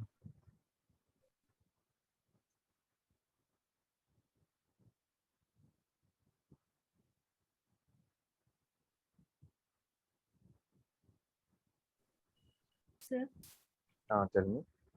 sir, power factor leading కానీ logging కానీ UPF power factor లో కానీ power factor అనేది less than 0.8 ఉండాలా sir? No, not like that. 0 to 1 actually range of power factor, but practically most of the loads will work in the range 0.7 to 0.9 kada. Mostly we sir, consider కానీ this. Option ఇప్పుడు ఏదైనా question వచ్చినప్పుడు options లో ఏదైతే less power factor ఉంటే అదే అని అంటున్నారు కదా. Yes. అంటే ఇప్పుడు ఏ క్వశ్చన్ వచ్చినా కానీ లెస్ పవర్ ఫ్యాక్టర్ లెస్ ఉంటే అదే ఆన్సరా సార్? Not ఏ క్వశ్చన్ అన్న కాదు. If the load is lagging power factor, lagging అయితేనే ఈ condition.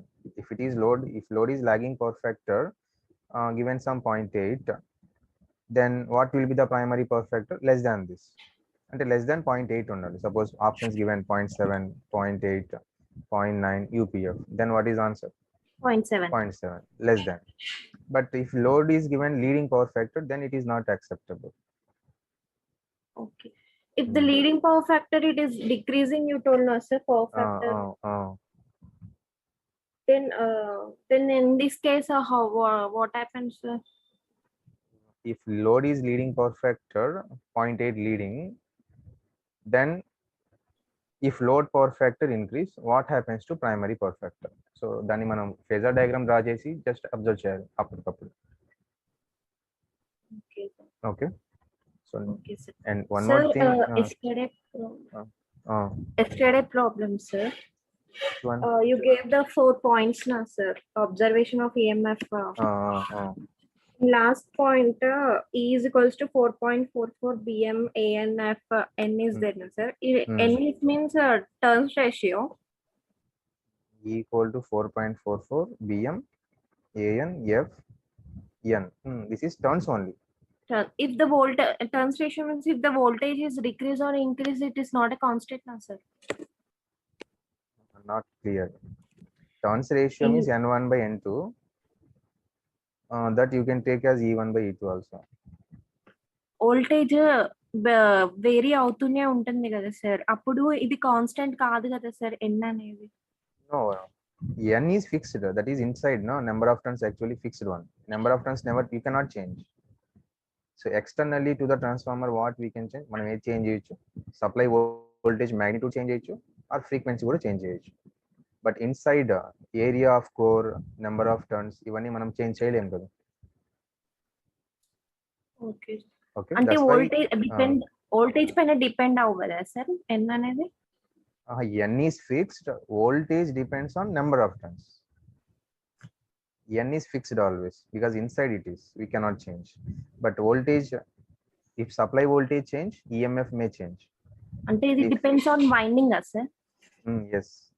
Flux density I taken V1 by F ratio kada. Okay, N is depends on winding. How many windings? So that is fixed. Yes, fixed. Sir, can you open the transformer, sir? Which transformer? Diagram is there, sir. Total construction, huh? Is a solid. It is not there in this page. That is in another file. Okay, sir. Sir, solid the diagram ఉంది కదా sir, అది మీరు చూపించారు కదా. Solid conductor. అది connected, ఆ 2 diagrams అనేది connected అయి ఉంటుందా సార్ సాలిడ్ ది? ఇది ఏదది ఏ ఫిగర్? సాలిడ్ అనే ఫిగర్ చూపించారు కదా సార్, ఇట్లా బాక్స్ లాగా వచ్చి solid. Conservator. Okay, you message చేయమని చెప్తాను నేను. ట్రాన్స్ఫార్మర్ లో ఏ ఆయిల్ యూజ్ చేస్తాం sir? We call transformer oil only. We don't have దానికి స్పెసిఫిక్ నేమ్ అంటూ ఏం లేదు, ట్రాన్స్ఫార్మర్ ఆయిల్ అని అంటాం దాన్ని. Okay sir. ఓకే, అది ఫిగర్ సెండ్ చేయి, నేను చెప్తాను, చూపిస్తాను. Okay sir. Ravi Kumar. Sir, good evening, sir. Tell me. Sir, I had a general doubt, sir. అంటే ఇప్పుడు బయట ట్రాన్స్ఫార్మర్స్ ఉంటాయి కదా సార్, కొన్ని రౌండ్ గా ఉంటాయి, కొన్ని స్క్వేర్ షేప్ లో ఉంటాయి. దేర్ ఈస్ ఇప్పుడు వాటికి ఏమైనా డిఫరెన్స్ ఉందా సార్? అంటే లోపల windings difference generally pole mounted like this round shape ఉంటాయి కదా కొన్ని. సో వాటిలో సింగిల్ కోరే ఉంటుంది like this, not like square shape and all like this vertically. So దాంట్లోనే ప్రైమరీ వైండింగ్, సెకండరీ వైండింగ్ ఇట్లానే ఉంటుంది individual. core is same, windings is located like this because to save the area and to reduce the size and cost of transformer for small voltage ratings or small power applications. So ilantivi use chestam. Generally in rural areas lo untayi ivi. yes sir. ఇంకొక sir, అది winding అనేది links మీద చేస్తారా sir? I mean yolks మీద చేసినప్పుడు yoke మీదనే చేయొచ్చు, no disadvantage. Yoke also you can do anywhere because square means all are same cross section, no, ఎక్కడైనా పెట్టొచ్చు. But due to some mechanical stability మనం ఇక్కడ సైడ్ లో ప్లేస్ చేస్తాం. సో ఇదే స్క్వేర్ ని మీరు ఇలా తిప్పితే ఇది యోక్ అయిపోద్ది కాబట్టి this is yoke and this is limb, these are yokes. You make little rotation anywhere you can place. Okay, thank you.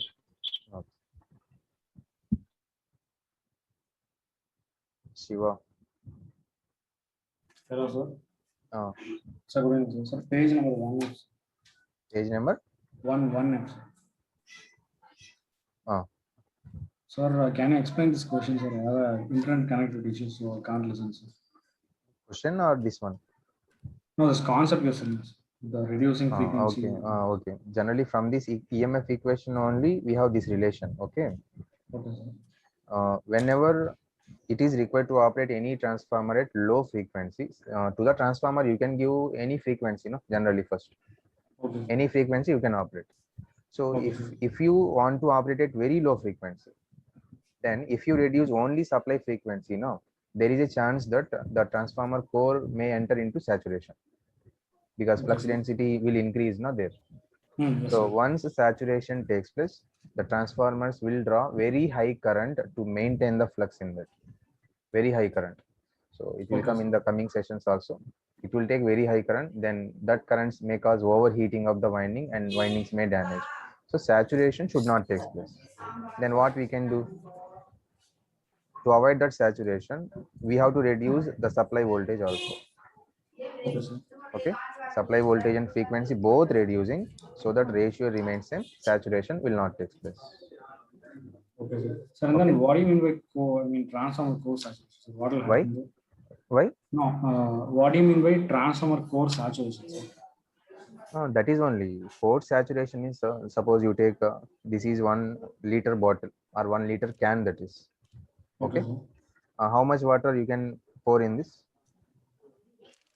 The size of this scattering is 1 liter, so you can pour 1 liter only, but you have 1.5 liter some liquid.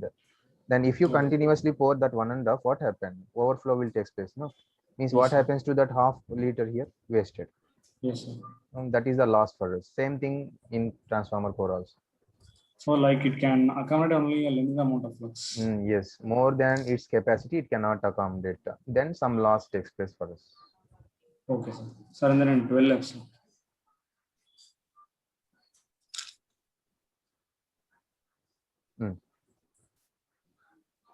Sir, here I0 is a no load current condition. Why it is flowing under load condition? You are asking. Yes, sir. Yes, sir. Yes, sir. Under load also, we have to come from starting, no? Without no load current and magnetizing current, is there flux? Okay. No, Okay, sir. no. First we started no load, then load is connected. So under no load there is some current. So additionally some more current is flowing. That's why to show that I taken already I1. Otherwise directly I can give I1 is flowing on primary. No. Yes, sir. Yes, sir. Okay. Sir, and then in any practical purposes, we'll connect very like the transformer. I mean, for any practical purposes, we'll start from the first class. Yes, anything first one. Okay, sir. So and then here if I0 and I1 dash you know, so two current can't like two current will Cannot not flow flow in the same winding because actually the two just for understanding purpose step by step we taken. Actually if I don't say like this, no, so load is connected, I2 is there, and directly I1 is flowing, I can give. But what is that I1? Already there is I0 previous, now some additional current is flowing, so totally I1 only it is. Two currents will not flow, I1 only will flow. Okay, just for representation. Yes, yes. Yeah, okay. That's it. Thank you, sir. Vaishnavi? Hello, sir. Sir, in 9F, sir, in 9F. Sir ఇక్కడ load branch current ని branch ని series లో పెట్టకూడదు అన్నారు కదా sir, primary reason ఒకసారి మళ్ళీ చెప్పరా సార్, ఎందుకు పెట్టకూడదు? If you place in series under load condition లో ఇప్పుడు కరెంట్ ఫ్లో అయినాయి కదా I1 డాష్ ఇక్కడ, I1 డాష్ అనేది డివైడ్ అవుద్ది కదా మళ్ళీ ఈ రెండిట్లో, దెన్ IMU IW చేంజ్ అయిపోయినట్టు కదా. ఒకవేళ ఇలా కనెక్ట్ చేస్తే ఇక్కడ చేంజ్ అవ్వదు because it is supply voltage constant across this, resistance reactance constant, currents will not change, and what ever current I1 dash is there that will represented here. Now I1 in the next class it will come, I will show you there.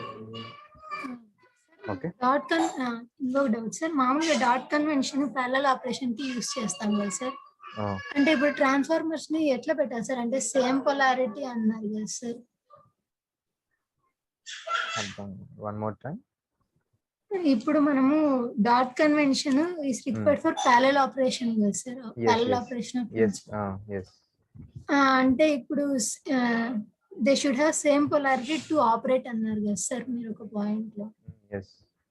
అంటే same polarity అంటే ఎట్లా sir, అంటే subtractive polarity ఉండాలన్నా additive polarity ఉండాలన్నా? No, same means suppose this is one transformer, primary, secondary, so dots are indicated like this. This is other transformer, primary, secondary, dots are given like this. Now how to connect these two primaries in parallel? So this is supply lines. This is dot connected here, this dot connected here, and undot connected to this wire, undot connected to this wire. Similarly secondary side lines, this is dotted wire, this is connected here, this is connected here, undot is connected to this, undot is connected to this.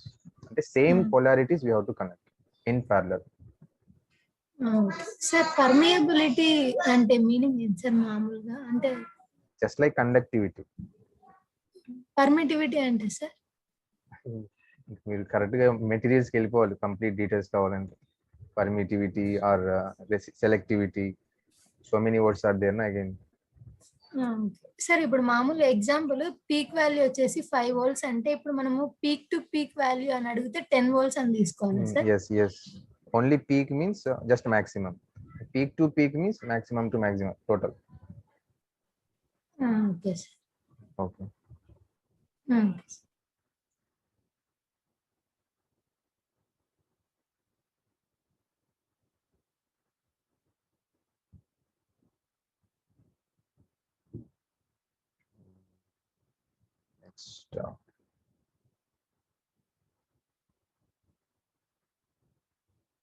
Sushant Venkanna.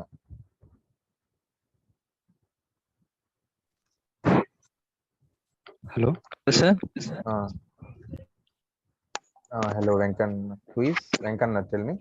Yeah, sir. I have a general doubt on sir. Tell me.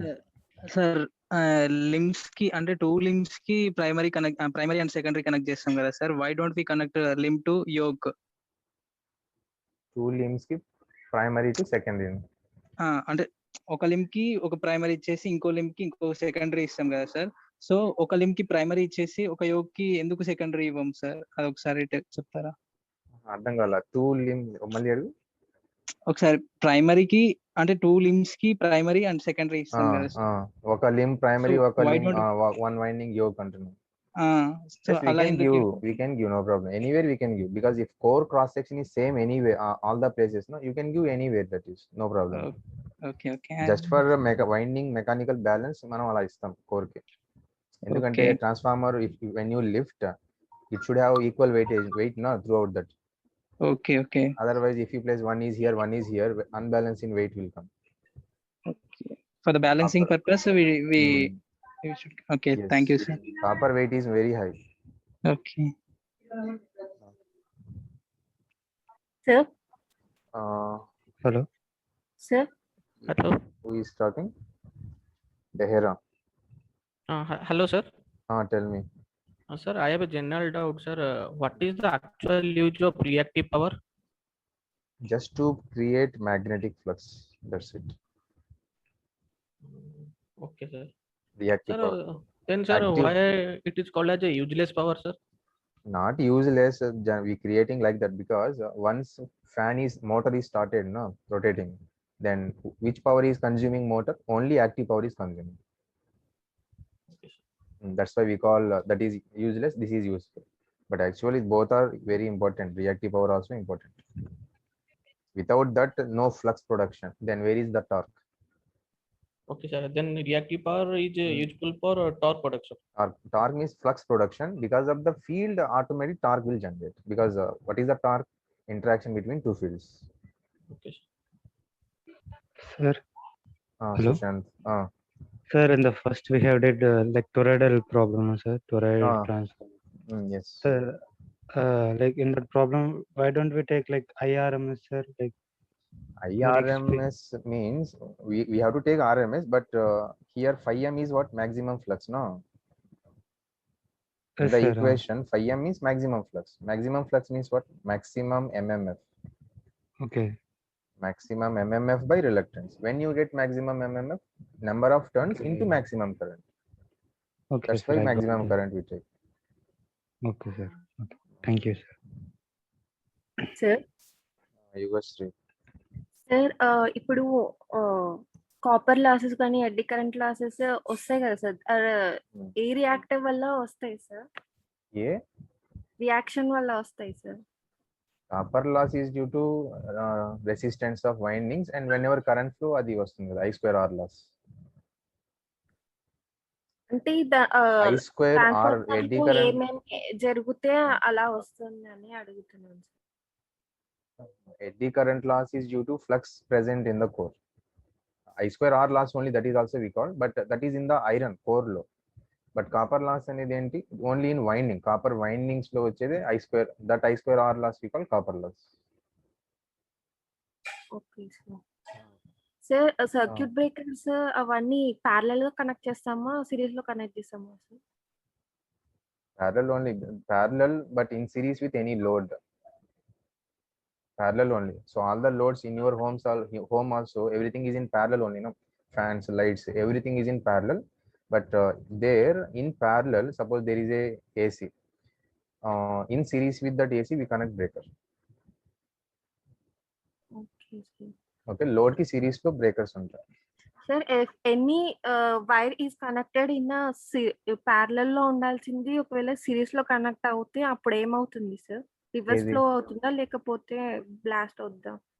ఏది అంటే ఇప్పుడు series లో connect చేయాల్సింది parallel లో connect అయింది అనుకో sir, ఒక్క wire ఏదన్నా, అప్పుడు అక్కడ వరకే ఫ్లో అవుతుందా లేకపోతే రివర్స్ ఫ్లో అవుతుందా ఒకవేళ blast? If that wire is directly connected between phase neutral, no, then it is a short circuit. Okay. Parallel means it may cause short circuit of phase neutral directly. Okay. Okay. Okay, sir. Thank you, sir.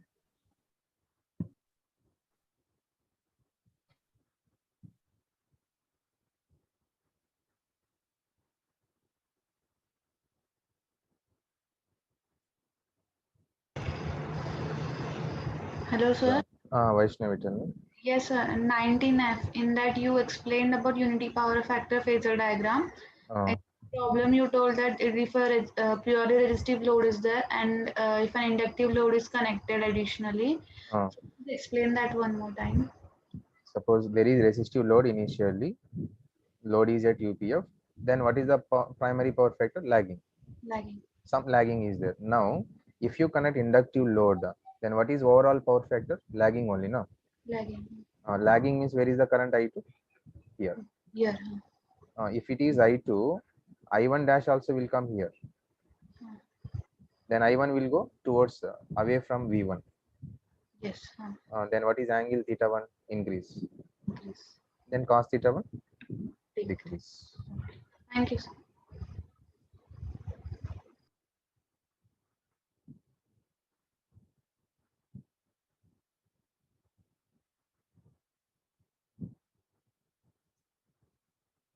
Mukul. Hello, sir. Yeah, tell me, Mukul. Sir, I had a general doubt regarding load of, how we can decide that whether the load is resistive, inductive, or unity. See, capacity. Directly we cannot decide that load side. We should know. Suppose you are at load side, now we know that what we are connecting. Otherwise, suppose if you are looking from input of transformer, you don't know what is the load connected, unless otherwise if you place any meters there. Okay.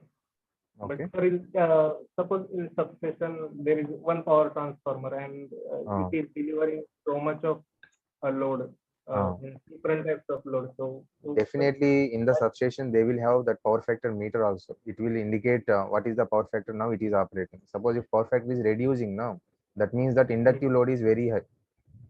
Yes, lagging power. Like that we can identify. Okay.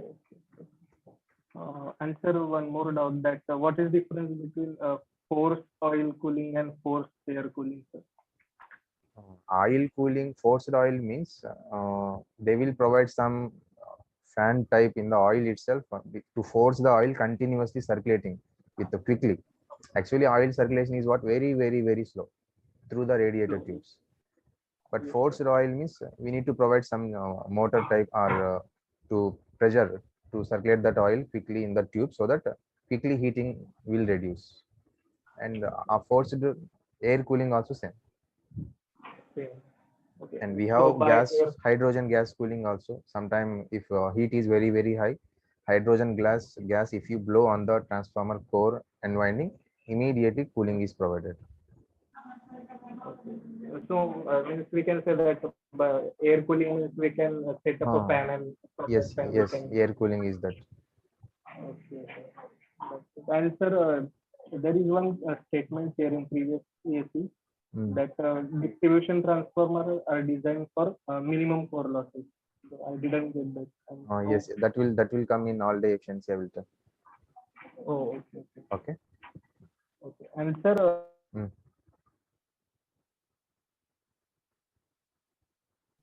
hello, sir. Sunil, tell me. Sir, in previous lecture, there is a problem that addition of 100 at an angle 180 plus 200 at an angle minus 300. Sir, how to solve, sir, this? Without calculator, sir, because in our get calculator there is no complex mode, sir. 100 at an angle 180, no? Then what is A at an angle theta formula? A cos theta plus J A sin theta. Okay. Expand like this each one. Then 100 cos 180. What is cos 180? Minus 1. Sir, minus 1. Like that you have to expand all this. Oh, okay, sir. Thank you, sir.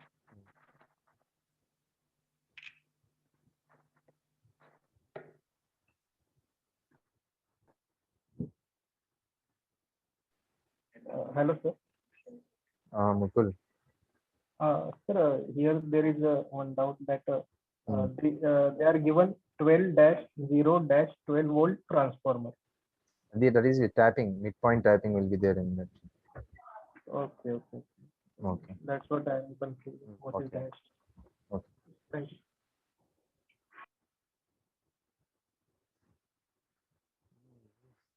So may not attend for all because still some 10 members are there.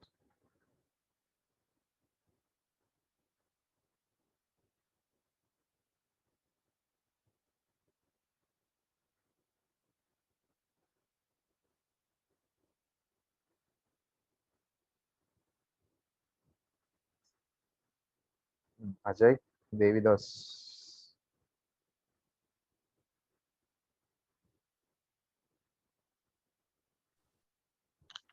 Hello, sir. Tell me.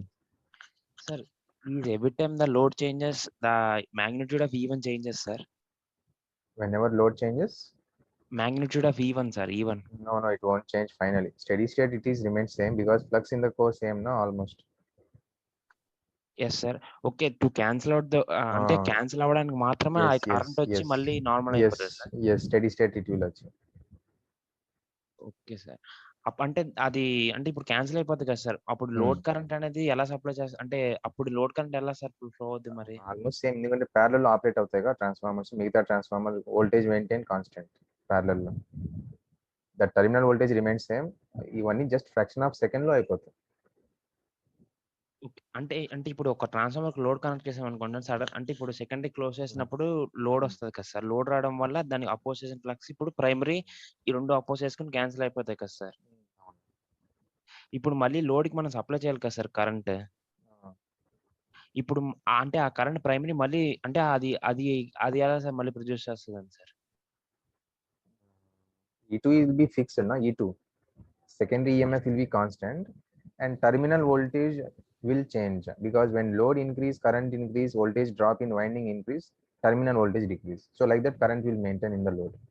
Okay sir, E2 okay, E2 is constant so that it will okay. Sir, yes. and the doubt sir, 4F sir.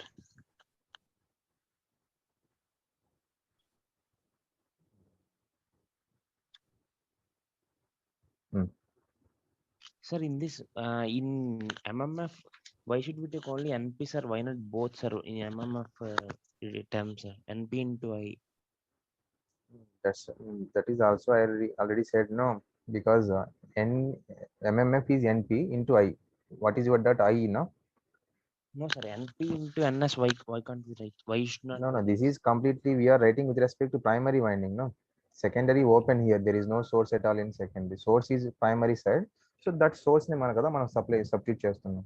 Okay sir, secondary is not connect. Okay sir. Okay sir. మీరు ఏ source అయితే substitute చేస్తారో అదే correct పెట్టాలి. Okay sir, thank you sir. Hello sir.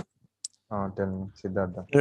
In last problem మీరు direct cos theta అని ఎలా రాస్తారు sir? అక్కడ సైన్ కాంపోనెంట్ మీరు రాలేరు ఇక్కడ, అందుకంటే ఇది మనం ఓన్లీ రియల్ పార్ట్స్ ఈక్వేట్ చేసాం కదా. ఏ ఎట్ యాంగిల్ థీటాలో ఏ కాస్ థీటా, దాంట్లో బి ఎట్ యాంగిల్ థీటాలో ఓన్లీ రియల్ పార్ట్స్ ని ఈక్వేట్ చేసాం. జస్ట్ ఇమాజినరీ టర్మ్స్ ఈక్వేట్ చేయలేదు. అది అవసరం లేదు కదా మనకి. ఇమాజినరీ అంటే లైక్ అవి కన్సిడర్ చేయొద్దు సార్? Not required. ఎందుకంటే మనకి కొసైన్ అనేది రియల్ పార్ట్ కదా, అందుకని అన్ని కొసైన్ ఈక్వేట్ చేస్తున్నాం. రియల్ పార్ట్స్ అన్ని ఇమాజినరీ పార్ట్స్ అన్ని ఈక్వేట్ చేయొచ్చు if you want sine theta. Okay okay.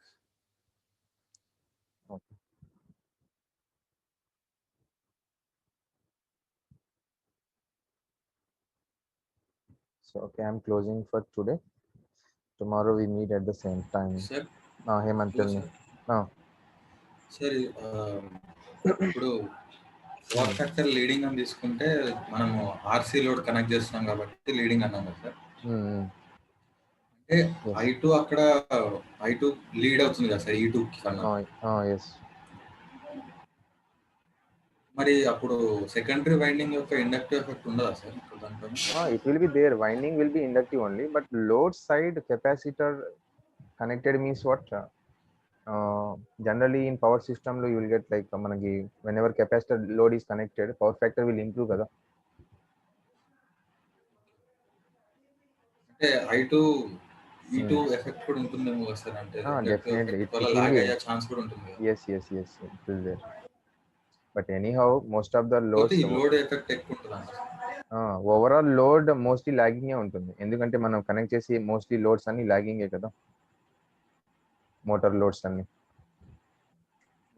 So sir ఇది పవర్ ఫ్యాక్టర్ పవర్ లో అపరెంట్ పవర్, రియల్ పవర్ అది ఉంది సార్ చెప్తారా? Generally rating of transformers is in apparent power which is sum of active and reactive. Why it is apparent power and all we will see again. So what is the purpose of active power? Suppose if you take motor load, motor lo em kavali, torque kavali. So who will maintain the torque in motor? Active power. Why? We have power equal to torque omega relation. Okay, torque is maintained by always active power, but do you have Q equal to torque omega? No. So only active power will maintain torque, but not reactive power. But reactive power is just to create flux in motors. The reactive power clearly you will get again in the alternative topics. How to change by changing excitation means flux. We can change the reactive power of generators and motors. And ఇప్పుడు losses లో hysteresis loss అంటాం కదా సార్. General eddy current loss అంటే 5 వల్ల flux వల్ల కొంచెం circulating currents వస్తాయని చెప్తున్నాను. అంటే hysteresis loss based on BH curve చెప్తున్నాను sir. Hysteresis also due to alternating flux only. So how అనేది మనం చూద్దాం. అంటే మనము BH కర్వ్ ఏరియా ఎక్కువ ఉంటే లాస్ ఎక్కువ ఉందని చెప్తాం కదా సార్ థియరిటికల్. కానీ ఫిజికల్ గా ఎట్లా రిప్రజెంట్ చేస్తాం సార్? ఫిజికల్ గా అంటే మనం ఫిజికల్ గా చెప్పలేము, because that depends on magnetic material property కదా BH. Ferromagnetic, paramagnetic. So ferromagnetic material will have thin BH loop compared to other magnetic materials. So hysteresis loss అనేది తగ్గిపోతుంది automatic. So how it is we will see there. Okay. So okay, good night all of you. So tomorrow we meet again same. Yugashri. Sir, మనము ఏ power ఎక్కువ use చేస్తాం sir? Active power ఏ కదా final consumption. So whatever energy you are calculating, no energy, your power consumption calculated by energy only, no kilowatt hour. Active power. Apparent power ఎక్కడ use చేస్తాం sir? Apparent power not like that. That is only the apparent power is total sum of active and reactive, no. So you are consuming the apparent power only, because in your home what you are consuming both active and reactive both you are consuming, but calculation అనేది active power లోనే చేస్తాం. Loss అనేది active power. Okay okay sir. Reactive power calculation ఉండవు మనకి. Okay sir.